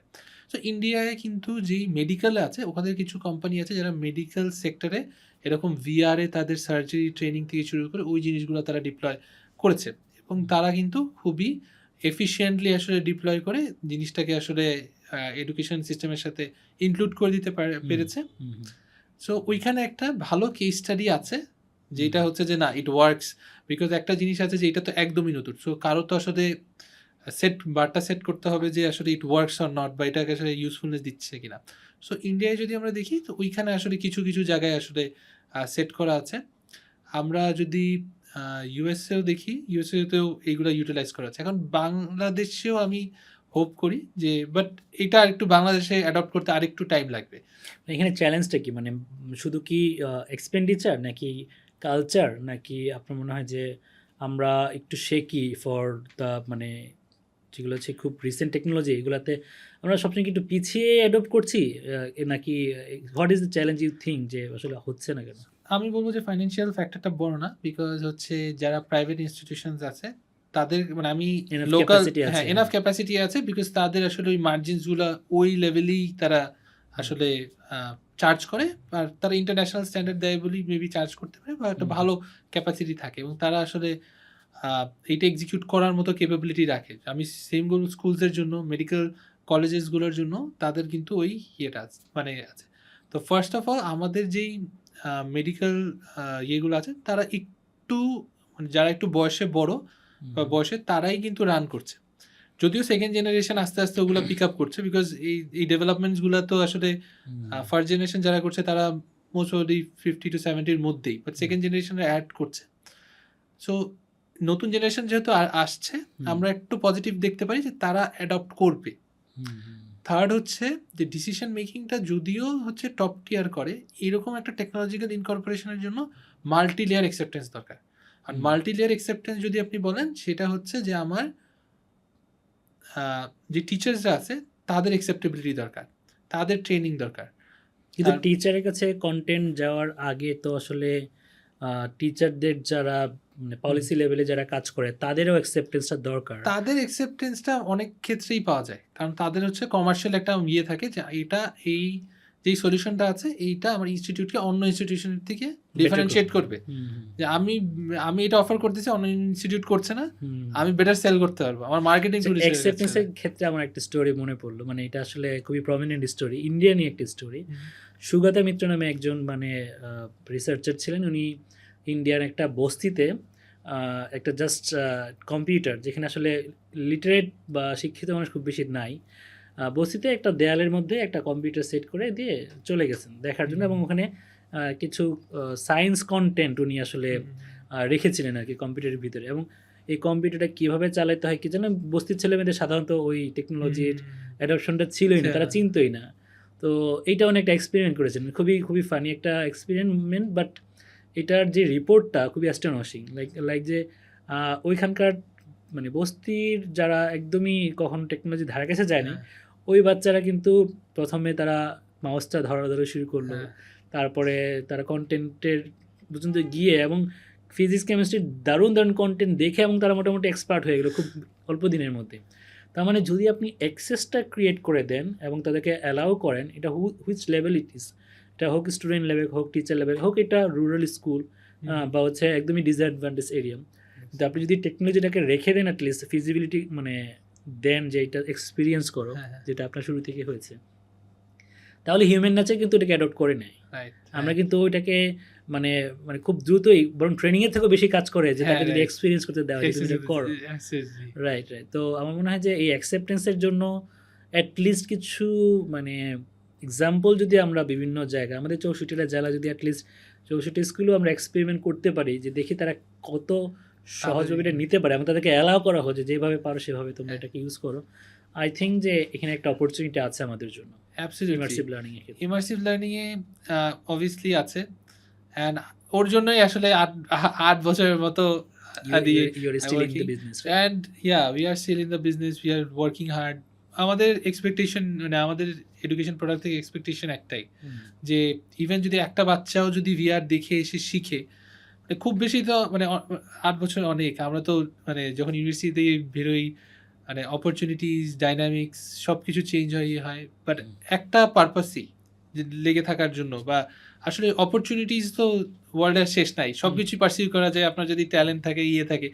বাট আপনি যখন একটা কজ দেখেন যে আসলে মানে আপনার কাজটাকে আসলে মানুষরা কিভাবে ইম্প্যাক্টেড হবে, এবং আপনার কাজে আসলে মানুষ, আপনি কেমনে সোসাইটিকে মানে ইনফ্লুয়েন্স করতে পারতেছেন পজিটিভলি, তো ওই জায়গাটাই হচ্ছে মানে আমাদের কাজের একটা, যদি বলতে পারেন যে লেগে থাকার ইয়েটা। বিকজ এই যে কোনো ইন্ডাস্ট্রি মানে যেই ইন্ডাস্ট্রিগুলো একটু স্ট্যাবলিশ থাকে, সেইখানে যদি আপনি একটা ভালো কোয়ালিটি বা ভালো আউটকাম দিতে পারেন, আপনি একটা স্টেজে খুব তাড়াতাড়ি চলে যেতে পারেন, বিকজ আপনার ইনফ্রাস্ট্রাকচারাল ব্যারিয়ার নাই। বাট এখানে তো আপনি চাইলেই দৌড়াইলেও আপনার স্পিডের সাথে আসলে মার্কেট ক্যাচ করতে হয় না, মার্কেটের ইনফ্রাস্ট্রাকচার রেডি হইতে হবে। Sometimes you are ready but the market is not ready. So মার্কেটের কথা আমার একটা জিনিস মনে হলো, মানে এটাও একটা আসলে আমি ইকোনমিক্সে তো ওই জিনিসটা রিলেট করতে পারছি। ধরেন একটা এলাকায় কেউ একটা রেস্টুরেন্ট দিল, কিন্তু একটা রেস্টুরেন্ট দেখে কেউ ওখানে যায় না। যখন পাশাপাশি 4-5টা রেস্টুরেন্ট বা একটা বিল্ডিং অনেকগুলো রেস্টুরেন্ট, তখন মানুষ মনে করে আরে এখানে তো সব খাবার জন্যই যায়, অনেকেই আসে। কিংবা একটা জুতার দোকান দিল, একটা জুতার দোকান চলছে না, পাশাপাশি অনেকগুলো জুতার দোকান হলে মনে হয় এখানে সবচেয়ে ভালো জুতা পাওয়া যায়। তো ডু ইউ থিঙ্ক যে এখানে আসলে এনাফ মার্কেট প্লেয়ার নাই যারা এগুলো নিয়ে প্রমোট করবে? মানে এদেরকেও ন্যাশনাল ইন্টারন্যাশনাল প্লেয়ার যদি বাংলাদেশে এই ভিআর কন্টেন্ট বা আরও আপডেটেড কন্টেন্ট নিয়ে কাজ করতে আগ্রহী হয়, তাহলে একটা মানে ইকোসিস্টেম ক্রিয়েট হবে এটার। মানুষ প্রথমে মনে করতো, যখন আমি করি যে কম্পিটিশন, মানে ইনিশিয়ালি যখন আমি স্টার্ট করি, আমি কম্পিটিশন দেখলে খুব হইতাম যে আসলে একটা কমপ্লেক্স খেয়ে যেতাম, এন্ট্রি কম, সুযোগ কম। না হ্যাঁ এন্ট্রি আসছে, তার মানে আমার মার্কেট শেয়ারটা কেউ নিয়ে নিবে। বাট আফটার টাইম আমার একটা রিয়েলাইজ হলো, আমি যখনই কেউ ভিআর নিয়ে আমি নিজেই ইনিশিয়েট করি, তুমি আসো, তখন মানে তুমি যখন আসবা করবা ডিসকাশনের সুযোগ হয়, ডিসকাশনের কম্পিটিশনের সুযোগ হয়। কম্পিটিশন হলে আসলে মার্কেটটা গ্রো করবে। প্রত্যেকটা মার্কেটেই প্লেয়ার থাকবেই, প্রত্যেকটা মার্কেটে প্লেয়ার বিভিন্নভাবে তারা ডিফারেন্সিয়েট করে নিজেদেরকে একটা পজিশনিং করে। সো আমি সবসময় মনে করি যত প্লেয়ার থাকবে ততটা মার্কেট গ্রো করবে, আর যত মার্কেট গ্রো করবে আমার শেয়ার নেওয়ার অপরচুনিটি বেশি। Right right. আমি জাস্ট বেশি লাস্টের দিকে আছে আমার ডিসকাশনে। আমি এডুকেশনের মানুষ, তো আমার চোখে এডুকেশনটা আসলে একদম প্রাইমারি থেকে হাই এডুকেশন পর্যন্ত, মানে এটা লাইফ লং লার্নিংও আসলে বলতে পারি। তো আমাদের দেশের এডুকেশনের যেরকম স্ট্রাকচার, প্রাইমারি আছে, সেকেন্ডারি আছে, সেকেন্ডারিতে আবার মাদ্রাসা, কারিগরি, সাধারণ শিক্ষা আছে, হ্যাঁ, বা আমাদের আউট অফ দি স্কুল চিলড্রেনদেরও অনেক ধরনের এডুকেশন প্রসেস আছে, হায়ার সেকেন্ডারি আছে, হায়ার এডুকেশন আছে। কোন সেক্টরের জন্য এই ধরনের ভিআর কন্টেন্ট সবচেয়ে বেশি উপযোগী? এটা আসলে দুইটা জায়গা বলবো। আমি বলবো যে একটা হচ্ছে ক্লাস 3 থেকে ক্লাস 7 এর বা ক্লাস 2 থেকে ক্লাস 7 এর বাচ্চাদের জন্য মোস্ট অ্যাপ্রোপ্রিয়েট, বিকজ তখন হচ্ছে আমাদের অ্যাবস্ট্রাক্ট কনসেপ্ট সবচেয়ে বেশি থাকে, যেখানে হচ্ছে বাচ্চাদের আসলে বুঝতে, যে ফর এক্সাম্পল ব্রেন ডেভেলপমেন্টের সাথে তাদের একটা পিক টাইম। সো এটা একটা। সেকেন্ড হচ্ছে ট্রেনিং। বিভিন্ন আসলে ট্রেনিং আছে, ফর এক্সাম্পল ভোকেশনাল ট্রেনিং যেগুলো বলেন। সো যেই দুই জায়গায় আসলে আমার মনে হয় যে মেজরলি আসলে ভিআর টেকনোলজি কাজে লাগবে, সেটা হচ্ছে ক্লাস 2 টু ক্লাস 7, যেখানে আসলে বাচ্চাদের ক্যাপাসিটিটা ডেভেলপ হয় আর বাচ্চাদের ব্রেন ডেভেলপমেন্টটা এটার সাথে কানেক্টেড। তখন ইমার্সিভ লার্নিংটা তাদের গেঁথে যাবে, মানে এটাই আসলে একটা দারুণ ডাইমেনশন তাদের লার্নিং এর। হ্যাঁ, এটা আসলে তাদের ক্রিয়েটিভিটি আরো বেটার করতে হেল্প করবে। আর এই জিনিসটা যখন তাদের বেটার হবে, তাদের কিন্তু আসলে লার্নিং ক্যাপাবিলিটি, থিঙ্কিং ক্যাপাবিলিটি, এবং আমরা যে কথাটা বললাম যে লাইফ লং লার্নিং এর যে ক্যাপাবিলিটি বিল্ড আপের যে ব্যাপারটা আছে, সেগুলোতে আসলে এড করবে। আর আমরা তো আসলে যখন ইন্সপায়ার করতে চেষ্টা করি, তখন হচ্ছে ইনিশিয়াল বাচ্চাদের যখন একটা লার্নিং প্যাটার্ন অলরেডি সেট হয়ে যায়, তখন কিন্তু তাদেরকে ইন্সপায়ার করা মানে একটু ডিফিকাল্ট, বিকজ তাদের একটা প্রিকনসিভড মোশন থাকে যে তাদের থিঙ্কিং এবং তারা আসলে কীভাবে চিন্তা করছে। বাট তাদের যদি ইনিশিয়ালি আমরা তাদেরকে ইন্সপায়ার করতে পারি, তখন কিন্তু তারা দে আর অলওয়েজ ইন্সপায়ার্ড, অ্যান্ড তারা আসলে কিন্তু মানে একটা চেঞ্জ ক্রিয়েট করতে চায় এবং তাদের থিঙ্কিং এবং লার্নিং ক্যাপাসিটিটা বাড়ে। যদি সেকেন্ড ফেজে বলি, টেকনিক্যাল এডুকেশনে একটা ভালো পার্ট আছে, যেটা আমার মনে হয় যে ভিআরে একটা গ্রেট ভ্যালু এডিশন করবে। টেকনিক্যাল তো অনেক ধরনের ট্রেড আছে যেগুলোর সাথে আসলে ফিজিক্যাল মুভমেন্ট মানে জড়িত, তাই না? মানে ওখানে আসলে তারা যদি একটু সিমুলেশন করতে পারে, তারা যদি ফিজিক্যালি না গিয়েও দেখতে পারে যে আসলে কীভাবে তারা মেশিনগুলোকে অপারেট করবে, বা একটা কনস্ট্রাকশন সাইটকে কীভাবে ম্যানেজ করবে, কিংবা আমাদের যে মানে ধরেন শিপ বিল্ডিং ইয়ার্ড আছে, ওখানে আসলে কীভাবে এত বড় একটা শিপকে কেটে কেটে এখানে আনবে, কিংবা আমাদের দেশে তো ধরেন প্রচুর লোক ইন্টারন্যাশনালি মাইগ্রেট করে ফর ওয়ার্কিং অ্যাব্রড, তাই না? বা বিদেশে কাজ করতে যায়। সো বিদেশের এনভায়রনমেন্ট, তাদের কালচার, তাদের ওয়ার্ক স্টেশনের প্যাটার্ন তো আমরা এই দেশে থেকে কল্পনা করতে পারি না, গেলে মনে হয় এত চেঞ্জ। ওইটাকে যদি আমাদের টেকনিক্যাল এডুকেশনের যে ট্রেনিং সেন্টারগুলো আছে, ওখানে যদি আমরা অ্যাডপ্ট করি, যে দে উইল ফিল যে they are in, like for example they are দুবাইতেই আছে, এই হচ্ছে তাদের ফিউচার ওয়ার্ক স্টেশন। তুমি এখানে কীভাবে কী কাজ করবে, এই হচ্ছে তোমার ইনস্ট্রুমেন্ট। সব কিছু তারা হ্যান্ড টাচ তো করতে পারবে না, মানে অ্যাটলিস্ট দেখতে পারবে ভিআরে যে এইভাবে এইভাবে করতে হয়। ওই অভিজ্ঞতাটাও যদি আমরা একটু ট্রান্সফর্ম করতে পারি in the training, I think যে এখানে একটা গেম চেঞ্জার হইতে পারে, যে আমাদের স্কিল ডেভেলপমেন্টের একটা গুরুত্বপূর্ণ পার্ট হতে পারে। আমাদের দেশে মনে হয় মিলিটারিতে অলরেডি আমরা ইউজ করি। তো ওইখানে কিন্তু আসলে একটা হিউজ ডেঞ্জার এবং ট্রেনিংয়ের ব্যাপার আছে, সেইখানে কিন্তু ভিআরটা ইউটিলাইজ হচ্ছে। তারপর আরও অনেক মাইনিং থেকে শুরু করে, তারপরে আপনি যেটা বললেন শিপ বিল্ডিং যে সেক্টরটা আছে, সেইখানেও কিন্তু অনেক স্কোপ আছে। তো ভোকেশনাল ট্রেনিংয়ের মানে কিছু কিছু জায়গা আছে যেখানে একটা রিস্ক ফ্যাক্টর কাজ করে একটা মানুষের, তো এবং সেই জিনিসগুলো আসলে বারবার আসলে সেই এক্সপিরিয়েন্সেসগুলো বা সেই সিনারিওগুলো ক্রিয়েট করা সম্ভব হয় না। তো সেইখানে আমার মনে হয় যে ওইটা তো মানে যখন একটা ফিজিক্যাল এনভায়রনমেন্টে একটা জিনিস, ধরেন একটা লোহা বা একটা রড কাটতে হবে, এই রডেরও তো একটা প্রাইস আছে। হ্যাঁ, এই ম্যাটেরিয়ালগুলো মানে রিইউজেবল না। একটা জিনিস একবার করে ফেললে ওইটা আরেকটা জিনিস নিতে হয়। যদি পুরো জিনিসটাকে কনভার্ট করে আমি ডিজিটালি নিয়ে আসতে পারি, ওরা এক্সপিরিয়েন্সগুলো তারা ড্রিল করতেছে হয়তো বা, কিন্তু ড্রিল করার জন্য তার কোনো রডও খরচ হচ্ছে না, ইলেকট্রিসিটিও খরচ হচ্ছে না, কিন্তু তার এক্সপিরিয়েন্সটা মোটামুটি একটা চলে আসলো, and then they can finally take the physical environment, right? Absolutely. মানে এটা যত সে মানে তার একটা ট্রেনিংয়ের যে কস্টটা আছে, সেটা কিন্তু রিডিউস করে আনে এবং সেটা একটা এক্সপিরিয়েন্স দেয়, বিকজ এটা আসলে আপনি যেহেতু আপনি একবার বানিয়ে ফেললেন, এটা মাল্টিপল ইউজ করতে পারবেন। সো এরকম যে সিনারিওসগুলো আছে সেইগুলো কিন্তু VR একটা বেটার এক্সপেরিয়েন্স প্রোভাইড করার জন্য একটা হিউজ স্কোপ তৈরি করে দেয়। আর মাইগ্রেশনের জন্য যদি আমরা বলি, তো মাইগ্রেশন বাংলাদেশের জন্য ভেরি ইম্পর্ট্যান্ট, বিকজ আমাদের দেশের একটা হিউজ রেমিটেন্স কিন্তু আমাদের মাইগ্রেন্ট ওয়ার্কার থেকে আসে। তো আমরা যেইসব আসলে স্কিলসের জন্য আমাদের মানে হিউম্যান ক্যাপিটাল এক্সপোর্ট করি, তো সেইগুলোর কিন্তু একটা টোটাল সিনারিও আমরা কিন্তু ভিআরে দিতে পারি। ফর এক্সাম্পল, ওইখানে তার এক্সপিরিয়েন্স কীরকম হবে, ওখানে গিয়ে সে ইনিশিয়ালি কী কী কাজ করতে পারে। কিছু কিন্তু থাকে যে পেপার ওয়ার্ক তাদের কিন্তু করতে হয়, সেখানে আমরা থিওরিটিক্যাল আসলে ট্রেনিং দিই। সেগুলোও কিন্তু ভিআরের ইনিশিয়ালি একটা তাদের একটা ফ্রেমওয়ার্ক দিয়ে দেওয়া যেতে পারে, একটা এক্সপিরিয়েন্স যে আপনি এইটা করবেন, ওইটা করবেন, এবং তারা কিন্তু কখনো এয়ারপোর্টেও যায়নি। সো আপনাদের মানে পুরো জার্নিটাই কিন্তু সে একটা এক্সপিরিয়েন্স করতে পারে থ্রু লাইক যে হ্যাঁ, আসলে start from airport and then আপনি একটু একটু করে আগালেন, এই হচ্ছে আপনার সিনিয়রগুলো হচ্ছে। অ্যাবসলিউটলি। আমাদের অলরেডি কিছু কনভারসেশন এইভাবে হয়েছিল যে এই জিনিসগুলো আসলে করা যায় কিনা। তারপর আরও হচ্ছে যে ওইখানে কিছু স্কিলস, মানে ওখানে যে স্কিলসের জন্য যাচ্ছে, তারা যদি এখানে ওই ট্রেনিংটা যদি নিয়ে যেতে পারে, অবভিয়াসলি তারা তো কিছু ট্রেনিং নেয়, বাট ইন এডিশন যদি এই ট্রেনিংয়ে যদি তাদের এক্সিস্টিং মানে ট্রেনিংটা আরেকটু বেটার কিছু তারা দিতে পারে, তো ওই জায়গায় আসলে ভিআর ভ্যালু ক্রিয়েট করতে পারে। হ্যাঁ, ওখানেও আবার কিছু মানে কল থাকে যে কোন জায়গায় আসলে ট্রেনিংটা দেওয়া উচিত, কোনটা আসলে আমার ফোকাস পয়েন্ট বা কোনটা আমার প্রায়োরিটি। সো ওইভাবে আসলে একটা ম্যাক্রো লেভেলের এটা একটা আসলে ইন্টারন্যাশনাল পার্টনারশিপও লাগে। বাংলাদেশের যেরকম মানে হিউম্যান ক্যাপিটাল পাঠানোর জন্য বিএমইটি একটা প্রতিষ্ঠান আছে, তাদের সাথে যে দেশের পার্টনারশিপ, ওই এনভায়রনমেন্টের কিছু rules regulation, laws and work environment, ওগুলো লাগবে। আই থিঙ্ক এই ডিসকাশনে আমি জানি না আপনি এটা আগেও ভাবছিলেন কিনা, আমরা এডুকেশন নিয়ে কথা বলছিলাম। এডুকেশনে বিভিন্ন টেকনোলজির ইম্প্যাক্ট, তারপর ইনকর্পোরেশন কীভাবে হবে, এডুকেশন আসলে related to skill development and all other things. তো এই জার্নিটা যদি আপনার এডুকেশন দিয়ে শুরু হয়েছে, I think in future there be more scope in skill development and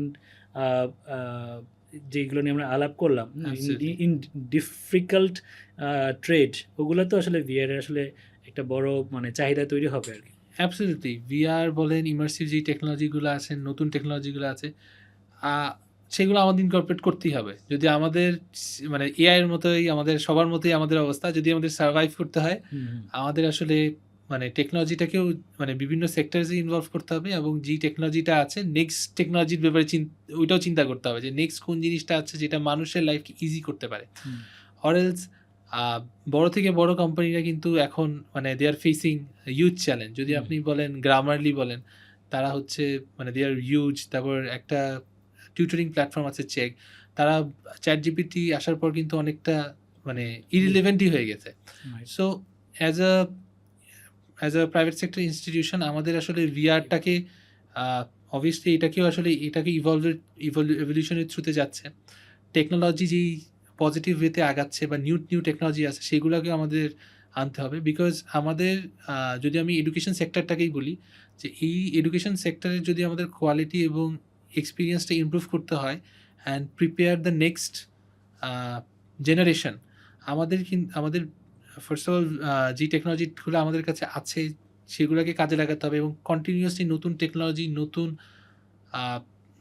যে জিনিসগুলো আছে যেগুলো আসলে বাচ্চাদের বেনিফিট করবে, সেগুলোকে কারিকুলাম বলেন, প্রাইভেট সেক্টর বলেন, মাইক্রো লেভেল বলেন, ম্যাক্রো লেভেল বলেন, আমাদেরকেই করতেই হবে।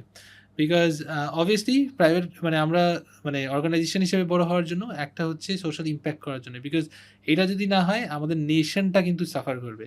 রাইট। আমি জাস্ট লাস্ট কোয়েশ্চেন এটাই মানে আলাপটা করতে চাচ্ছিলাম পয়েন্টটি, যে টেকনোলজি অ্যাডাপশনের ক্ষেত্রে ওয়ার্ল্ড যেভাবে আগাচ্ছে, আর একটা স্ট্যাটিস্টিক্স ছিল যে আসলে উইদিন 2035 যে দেশগুলো এই অ্যাডাপশনটাকে প্রপারলি ইউজ করতে না পারবে, তারা একদম পার্মানেন্টলি পিছিয়ে যাবে। হ্যাঁ, এরা আর মানে ওদের থেকে উঠতে পারবে না।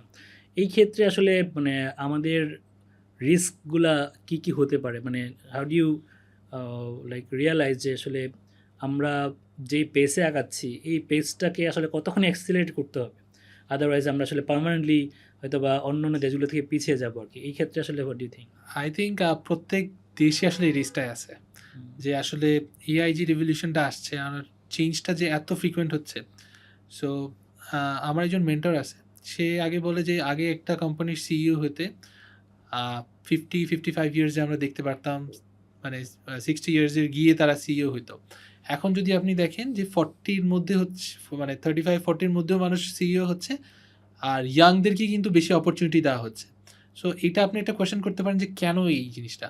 বিকজ যারা একটু বয়স্ক তারা কিন্তু কিছু জায়গায় যে নতুন যে টেকনোলজি ওয়েভটা আছে সেটা অ্যাসেস করতে fixed mindset হয়ে যাচ্ছে। ফিক্সড মাইন্ডসেট হচ্ছে এবং সেই জায়গায় কিন্তু ট্যাকেল করতে ইয়ে করছে। যেজন্য নতুন এবং নিউ ব্লাড নিয়ে আসা হচ্ছে, যে নতুন ইয়াং জেনারেশনদেরকে মোর অপরচুনিটি দেওয়া হচ্ছে সো দ্যাট তারা যাতে এই যে টেকনোলজিক্যালি পেজটা আছে পেজটার সাথে তারা অ্যাডপ্ট করতে পারে। বিকজ এই পেজটার সাথে যদি অ্যাডপ্ট করতে না পারে তো তাদের একটা বিজনেস হিসাবে বা একটা ইনস্টিটিউশন হিসেবে এক্সিস্টেন্সিয়াল ক্রাইসিস তারা ফেস করবে, because everything is moving so fast.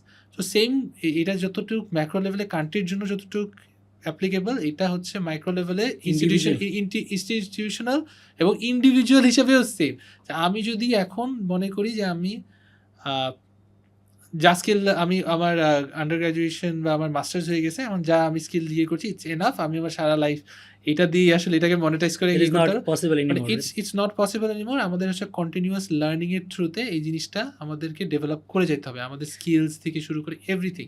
যদি আমি ডেভেলপ না করতে পারি তাহলে ইন্ডিভিজুয়াল সাফার আমারই করতে হবে, because everything will just for আর লাইক ইয়াং আর ইয়ুথ যারা এখন ইউনিভার্সিটি লেভেলে আছে বা বের হবে, তাদের আসলে যদি 5টা ফান্ডামেন্টাল স্কিলের কথা বলো যে আসলে তারা কি স্কিল দে শুড মানে carry or they should demonstrate in this technological era, কতটুকু আসলে তারা আমরা তো ইউনিভার্সিটিতে তাদেরকে এক ধরনের সার্টিফিকেট দিচ্ছি, এক ধরনের একাডেমিক লার্নিং দিচ্ছি, but beyond this technology point of view থেকে তাদের আসলে কোন 5টা মানে স্কিল ডেফিনেটলি তাদেরকে থাকা উচিত? টেকনোলজিক্যাল কি লার্নিং থাকা উচিত আমাকে জিজ্ঞেস একদম প্রাইমারি ইয়ে করা হয়, আমি বলবো যে এভরিথিং শিখতে হয়।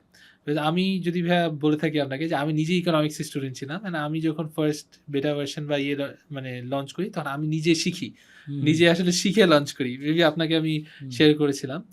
সো জিনিসটা হচ্ছে যে এভরিথিং ইজ লার্নিং, বাট আমি যদি বলি একটা ইন্টারডিসিপ্লিনারি একটা বিষয়, মানে আমি যেখানেই থাকি না কেন, if I have the interest in different sector, আমাকে ইন্টারডিসিপ্লিনারি লার্নিংয়ে অবশ্যই হতে হবে, because it doesn't matter. Because এখন কিন্তু অনেক আমি একটা নিউ ট্রেন্ড দেখতে পাচ্ছি যে যারা যারা হচ্ছে আন্ডারগ্র্যাড শেষ করছে তারা বাইরে গিয়ে হোক দেশে হোক, বাইরে গিয়ে ডেটা অ্যানালিটিক্সের কোর্স করছে, বিজনেস মাস্টার্সটা করছে, বিকজ এটা এখন একটা হাই ডিমান্ডে একটা কোর্স। তো আপনি কিন্তু বলতে পারেন যে বিভিন্ন ইঞ্জিনিয়ারিং ব্যাকগ্রাউন্ড থেকে গিয়েও করছে এবং নন ইঞ্জিনিয়ারিং ব্যাকগ্রাউন্ড বা মানে যারা হচ্ছে বিবিএ ব্যাকগ্রাউন্ড তারাও কিন্তু গিয়ে করছে। তো ওই জায়গাটা কি হচ্ছে যে বিবিএ ব্যাকগ্রাউন্ডে যাচ্ছে তার একটু এফোর্ট বেশি দিতে হচ্ছে, আর যে হচ্ছে ইঞ্জিনিয়ারিং ব্যাকগ্রাউন্ড তার জন্য কিছু জিনিস ইনিশিয়ালি একটু ইজি, বাট যখন একটু ম্যাচিওর লেভেলে যাবে সবারই কিন্তু শিখতে হবে। প্রফেশনাল লেভেলটাতে ফর এক্সাম্পল ডাটা অ্যানালিটিক্স বা ভিজুয়ালাইজেশন বা এটাকে এজ এ অ্যানালিস্ট কাজ করার চান্স মানে এটা বেশি, এখন ডিমান্ডটা এখন বেশি। এখন এআই এর একটা হিউজ ডিমান্ড বাড়ছে। তো কেউ যদি এআই ইঞ্জিনিয়ার হইতে পারে অনেক অপরচুনিটিস আছে, রিমোট জবের কিন্তু অনেক অপরচুনিটি। এআই হলে মানে যে অ্যামাউন্ট অফ প্যাকেজেস আসলে পাওয়া যাচ্ছে মানে এআই ইঞ্জিনিয়াররা রিমোটলি পাচ্ছে সেগুলো খুবই লুক্রেটিভ। তারপর হচ্ছে ডেটা অ্যানালিটিক্সের একটা হিউজ ট্রেন্ড দেখা দিচ্ছে। তারপর হচ্ছে মানে যারা ইঞ্জিনিয়ার্স আছে তারা কিন্তু মানে টেক বেস ইঞ্জিনিয়ার আছে, এটা কিছু ডিবেট আছে যে ইঞ্জিনিয়াররা কতটুকু এই জায়গায় জাস্ট লাস্ট কোয়েশ্চেন করি, আমরা শেষ করবো। এটা হচ্ছে এআই কি আমাদের ক্রিয়েটিভিটি কি বাড়াচ্ছে নাকি এটা লিমিট করে দিচ্ছে আমাদেরকে? এটা একটু সাবজেক্টিভ হবে। তো আমাকে যদি জিজ্ঞেস করা হয়, এআই তো একটা টুল। সো এআই মানে আমি যেমনি ইউজ করি, এআই হচ্ছে যে জিনিসগুলো আমি অবজেক্টিভটা আমি অ্যাচিভ করতে চাই সেটা ফুলফিল করতে এআই আমাকে হেল্প করে। কিন্তু ইন টার্মস অফ ক্রিয়েটিভিটির ইন্সপিরেশনটা আমি অন্য জায়গা থেকে নিই, বিকজ ক্রিয়েটিভিটির ইন্সপিরেশনটা আমি মেবি যদি আপনি দেখেন আপনার পিছনের বই আছে, কবিতার বই আছে, ইয়ের বই আছে, তারপর আপনার যেই সোশ্যাল যেই ইয়েগুলো আছে। সো ক্রিয়েটিভিটি তো একটা ওয়াইড স্প্রেড একটা জিনিস, যে আমি যেসব আমি ট্রাভেল করতে যাচ্ছি তো ওখানে আমি বিভিন্ন মানে কালচার দেখছি, বিভিন্ন জিনিস দেখছি, বিভিন্ন এক্সপোতে যাচ্ছি, বিভিন্ন সামিটে যাচ্ছি, অন্য মানুষের থেকে শিখছি। সো ওইখানে কিন্তু মানে বিভিন্ন থটস আসে। তো এটা হচ্ছে পার্সোনাল ড্রাইভ। আপনি যদি ক্রিয়েটিভ, আপনি যদি চান, হ্যাঁ AI will make you lazy if you want to be lazy, but if you want to do something AI help you, but AI will take will take the work that are redundant, and আপনি ওই টাইমটা maybe আপনি কোনো সামিতে যেতে পারছেন, ইয়ে যাচ্ছেন, মানুষের থেকে শিখতে পারছেন। যখন আমি আপনার ফার্স্ট টাইম যখন আপনার সাথে আমি দেখি তো আমি কিন্তু আপনার থেকে অনেক ইন্সপিরেশন নিয়েছি বিভিন্ন কাজে, বিভিন্ন ইয়েতে যেসব কাজগুলো আপনি করছিলেন। তারপর আরও যেই ফার্স্ট অফ অল এডটেক হাবের একটা অ্যাওয়ার্ড ইয়েতেই আমাদের দেখা হচ্ছে, ওখানে যত পার্টিসিপেন্ট ছিল প্রত্যেকজনই কিন্তু ইন্সপিরেশনাল। হ্যাঁ এডটেকে কিন্তু ডিফারেন্ট অ্যাসপেক্ট নিয়ে কাজ করছিল, লোকাল এবং গ্লোবাল, এবং প্রত্যেক মানুষের থেকেই আমি ইন্সপিরেশন নিয়েছি, এবং প্রত্যেক মানুষের ইন্সপিরেশনটা নিয়ে আমি চেষ্টা করেছি। আমি আপনার মনে আছে কিনা, আমি সাথে সাথে আপনাকে একটা লিঙ্কডিনে মেসেজ পাঠিয়েছি যে ভাইয়া I really like what you doing and আমি আরও জানতে চাই, বা লেটস মিট আপ। সো ওখান থেকেই কিন্তু আজকে মেবি আজকে I had a opportunity to have do a podcast with you and Edcast with you. So মানে এইভাবেই মানে এইটা হচ্ছে পার্সোনাল ইনিশিয়েটিভ নিয়ে। এখন আমি টু বি অনেস্ট বলবো যে আপনার থেকে শিখেছি, বাকিদের থেকে শিখেছি, এবং এগুলো ইন্সপিরেশন নিয়ে আমি নতুন নতুন জিনিস আসলে ট্রাই আউট করার ট্রাই করছি। So it has to be everybody, মানে কেউ তো আসলে মানে হ্যান্ড দিয়ে তো দিবে না, এআই আসুক আসুক যাই মানে আসুক। হ্যাঁ এটা ইট হ্যাজ টু বি মানে সেলফ ড্রিভেন। যে করতে চায়, মানে I have seen you do it, মানে এটাও করছেন, আমি জানি এটা এটা পার্সোনাল, মানে একদম পার্সোনাল প্যাশন থেকে করছেন, মানে আপনি একটা চেঞ্জ মেক করতে চান। সো এই জিনিসটাই আসলে আমি মনে করি যে এই জিনিসটা আমার সাথে থাকতে হবে। It is like kind of parallel to creativity, মানে এটা আমাকে এআই ড্রাইভ করে না, আমি নিজেকে ড্রাইভ করতে নিজে ড্রাইভ করেছি। এবং so I think nice discussion, thank you Prodipto. আমরা মানে আজকে আমরা অনেকগুলো বিষয় আলাপ করলাম, যদি একটু সামারাইজ করি লাস্টে। প্রথমত যে ভার্চুয়াল রিয়েলিটি কন্টেন্ট, বিশেষ করে এডুকেশন, এটা আসলে ইম্প্যাক্টটা কী হতে পারে, আমরা একটু আমাদের অডিয়েন্স যারা আছে তাদেরকে হয়তো এই ব্যাপারে একটু অ্যাওয়ার করতে পারলাম। এর বাইরে আমরা আমাদের আর্টিফিশিয়াল ইন্টেলিজেন্সের সাথে এডুকেশনের যে স্টেক হোল্ডার আছে, বিশেষ করে টিচার, স্টুডেন্টস বা পলিসি মেকার, তারা আসলে এটাকে কত ফাস্ট অ্যাডপ্ট করবে, প্লাস এই রিলেটেড যে পলিসিগুলো দরকার সেগুলোকে কীভাবে আসলে আমরা কুইকলি মানে আমাদের দেশের জন্য সেট করব, এটাও ভেরি ইম্পর্টেন্ট এরিয়া। হোপফুলি আমরা এটাকে আরেকটু ফার্দার ডিসকাশনে নিয়ে যাব। অ্যান্ড ফাইনালি আমরা আসলে আরেকটা আলাপ করলাম খুবই গুরুত্বপূর্ণ, যে স্কিল ডেভেলপমেন্টে আমাদের যে বিভিন্ন সেক্টর আছে, আমাদের হিউম্যান ক্যাপিটাল ডেভেলপমেন্টে অনেকগুলো রিস্কি জব বা অনেক ধরনের এক্সপিরিয়েন্স যেগুলো আসলে ফিজিক্যালি দেওয়া যায় না, বা ফিজিক্যালি দিতে গেলে অনেক এক্সপেন্স আসলে এটার সাথে জড়িত, ওই জায়গাতে আমরা কিন্তু ভিআর বেসড ট্রেনিং ডেভেলপ করতে পারি, which can immensely improve hour capacity and also reduce some risk and cost. তো ওই জায়গাটাও কিন্তু খুব গুরুত্বপূর্ণ। তো অনেক ধন্যবাদ আজকে আমাদেরকে আমাদের এইডকাস্ট স্টোরিতে আসার জন্য, সময় দেওয়ার জন্য। হোপফুলি আমরা নেক্সটে আরও দারুণ কিছু স্টোরি আপনার কাছে শুনবো, এবং হোপ ফর দ্য বেস্ট যে আপনি বাংলাদেশে একটা পরিবর্তনের জন্য কাজ করছেন, পজিটিভ ইম্প্যাক্টের জন্য কাজ করছেন, আমাদের শিক্ষকদের জন্য কাজ করছেন। আশা করি সামনে এই জায়গাতে আপনার পথ চলা আরও মসৃণ হবে, এবং আমার দেশের যেই মানে লক্ষ্য, আমাদের যে উন্নয়নের লক্ষ্য হোক, আমাদের দেশের মানুষকে সমৃদ্ধ করার লক্ষ্য হোক, এখানে আপনার একটা গুরুত্বপূর্ণ কন্ট্রিবিউশন থাকবে। So thank you so much for coming, and hopefully next যে কোনো এপিসোডে আরও অনেক আইডিয়া আপনার কাছে নিব। Sure, ভাইয়া। It was wonderful being here. So মানে আমি you have always been inspiration as well. And আজকে আমি আসলে অনেকগুলা থটস শেয়ার করেছি। সো অনেক কিছু আসলে এক্সপিরিয়েন্সের থেকে শেয়ার করেছি, অনেকগুলা হচ্ছে অ্যাজাম্পশনস এবং আমার নিজের পার্সোনাল অপিনিয়ন শেয়ার করেছি। সো আই থিঙ্ক মানুষ ডিফারেন্ট অপিনিয়ন থাকতেই পারে এটার ব্যাপারে। So I am completely, but I think একটা চেঞ্জের থ্রুতে আমরা যাচ্ছি, অ্যান্ড এটা আসলে সবারই আসলে, যদি আমি এডুকেশন নিয়ে বলি, এটা একটা ভাইটাল টাইম আমাদের জন্য। সো আমাদের ভাইটাল টাইমই হচ্ছে আমাদের মিক্সচার করতে হবে আমাদের আমরা যাতে আমাদের এডুকেশন সেক্টরটাকে মোর পজিটিভলি উইদিন যেই চেঞ্জটাকে আছে, চেঞ্জটাকে আমরা যাতে পজিটিভলি ওভারকাম করে আসতে পারি, এবং আমাদের এডুকেশন সেক্টরটাকে একটা মোর অ্যাক্সেলারেটেড পেসে আমরা করতে পারি, বিকজ আমাদের স্কিলস হচ্ছে the main drivers of the nation. Right. প্রিয় দর্শক, অনেক ধন্যবাদ এতক্ষণ আমাদের সাথে থাকার জন্য। এইডকাস্ট স্টুডিওতে আমরা যেই এডুকেশন নিয়ে ডিসকাশনগুলো করছি, এই ডিসকাশনগুলো সবসময় আপনাদের চাহিদার ভিত্তিতে, আপনারা কি জানতে চান সেটাই আমাদেরকে জানাবেন। আবার অনেক ধন্যবাদ জানাচ্ছি এতক্ষণ আমাদের সাথে থাকার জন্য।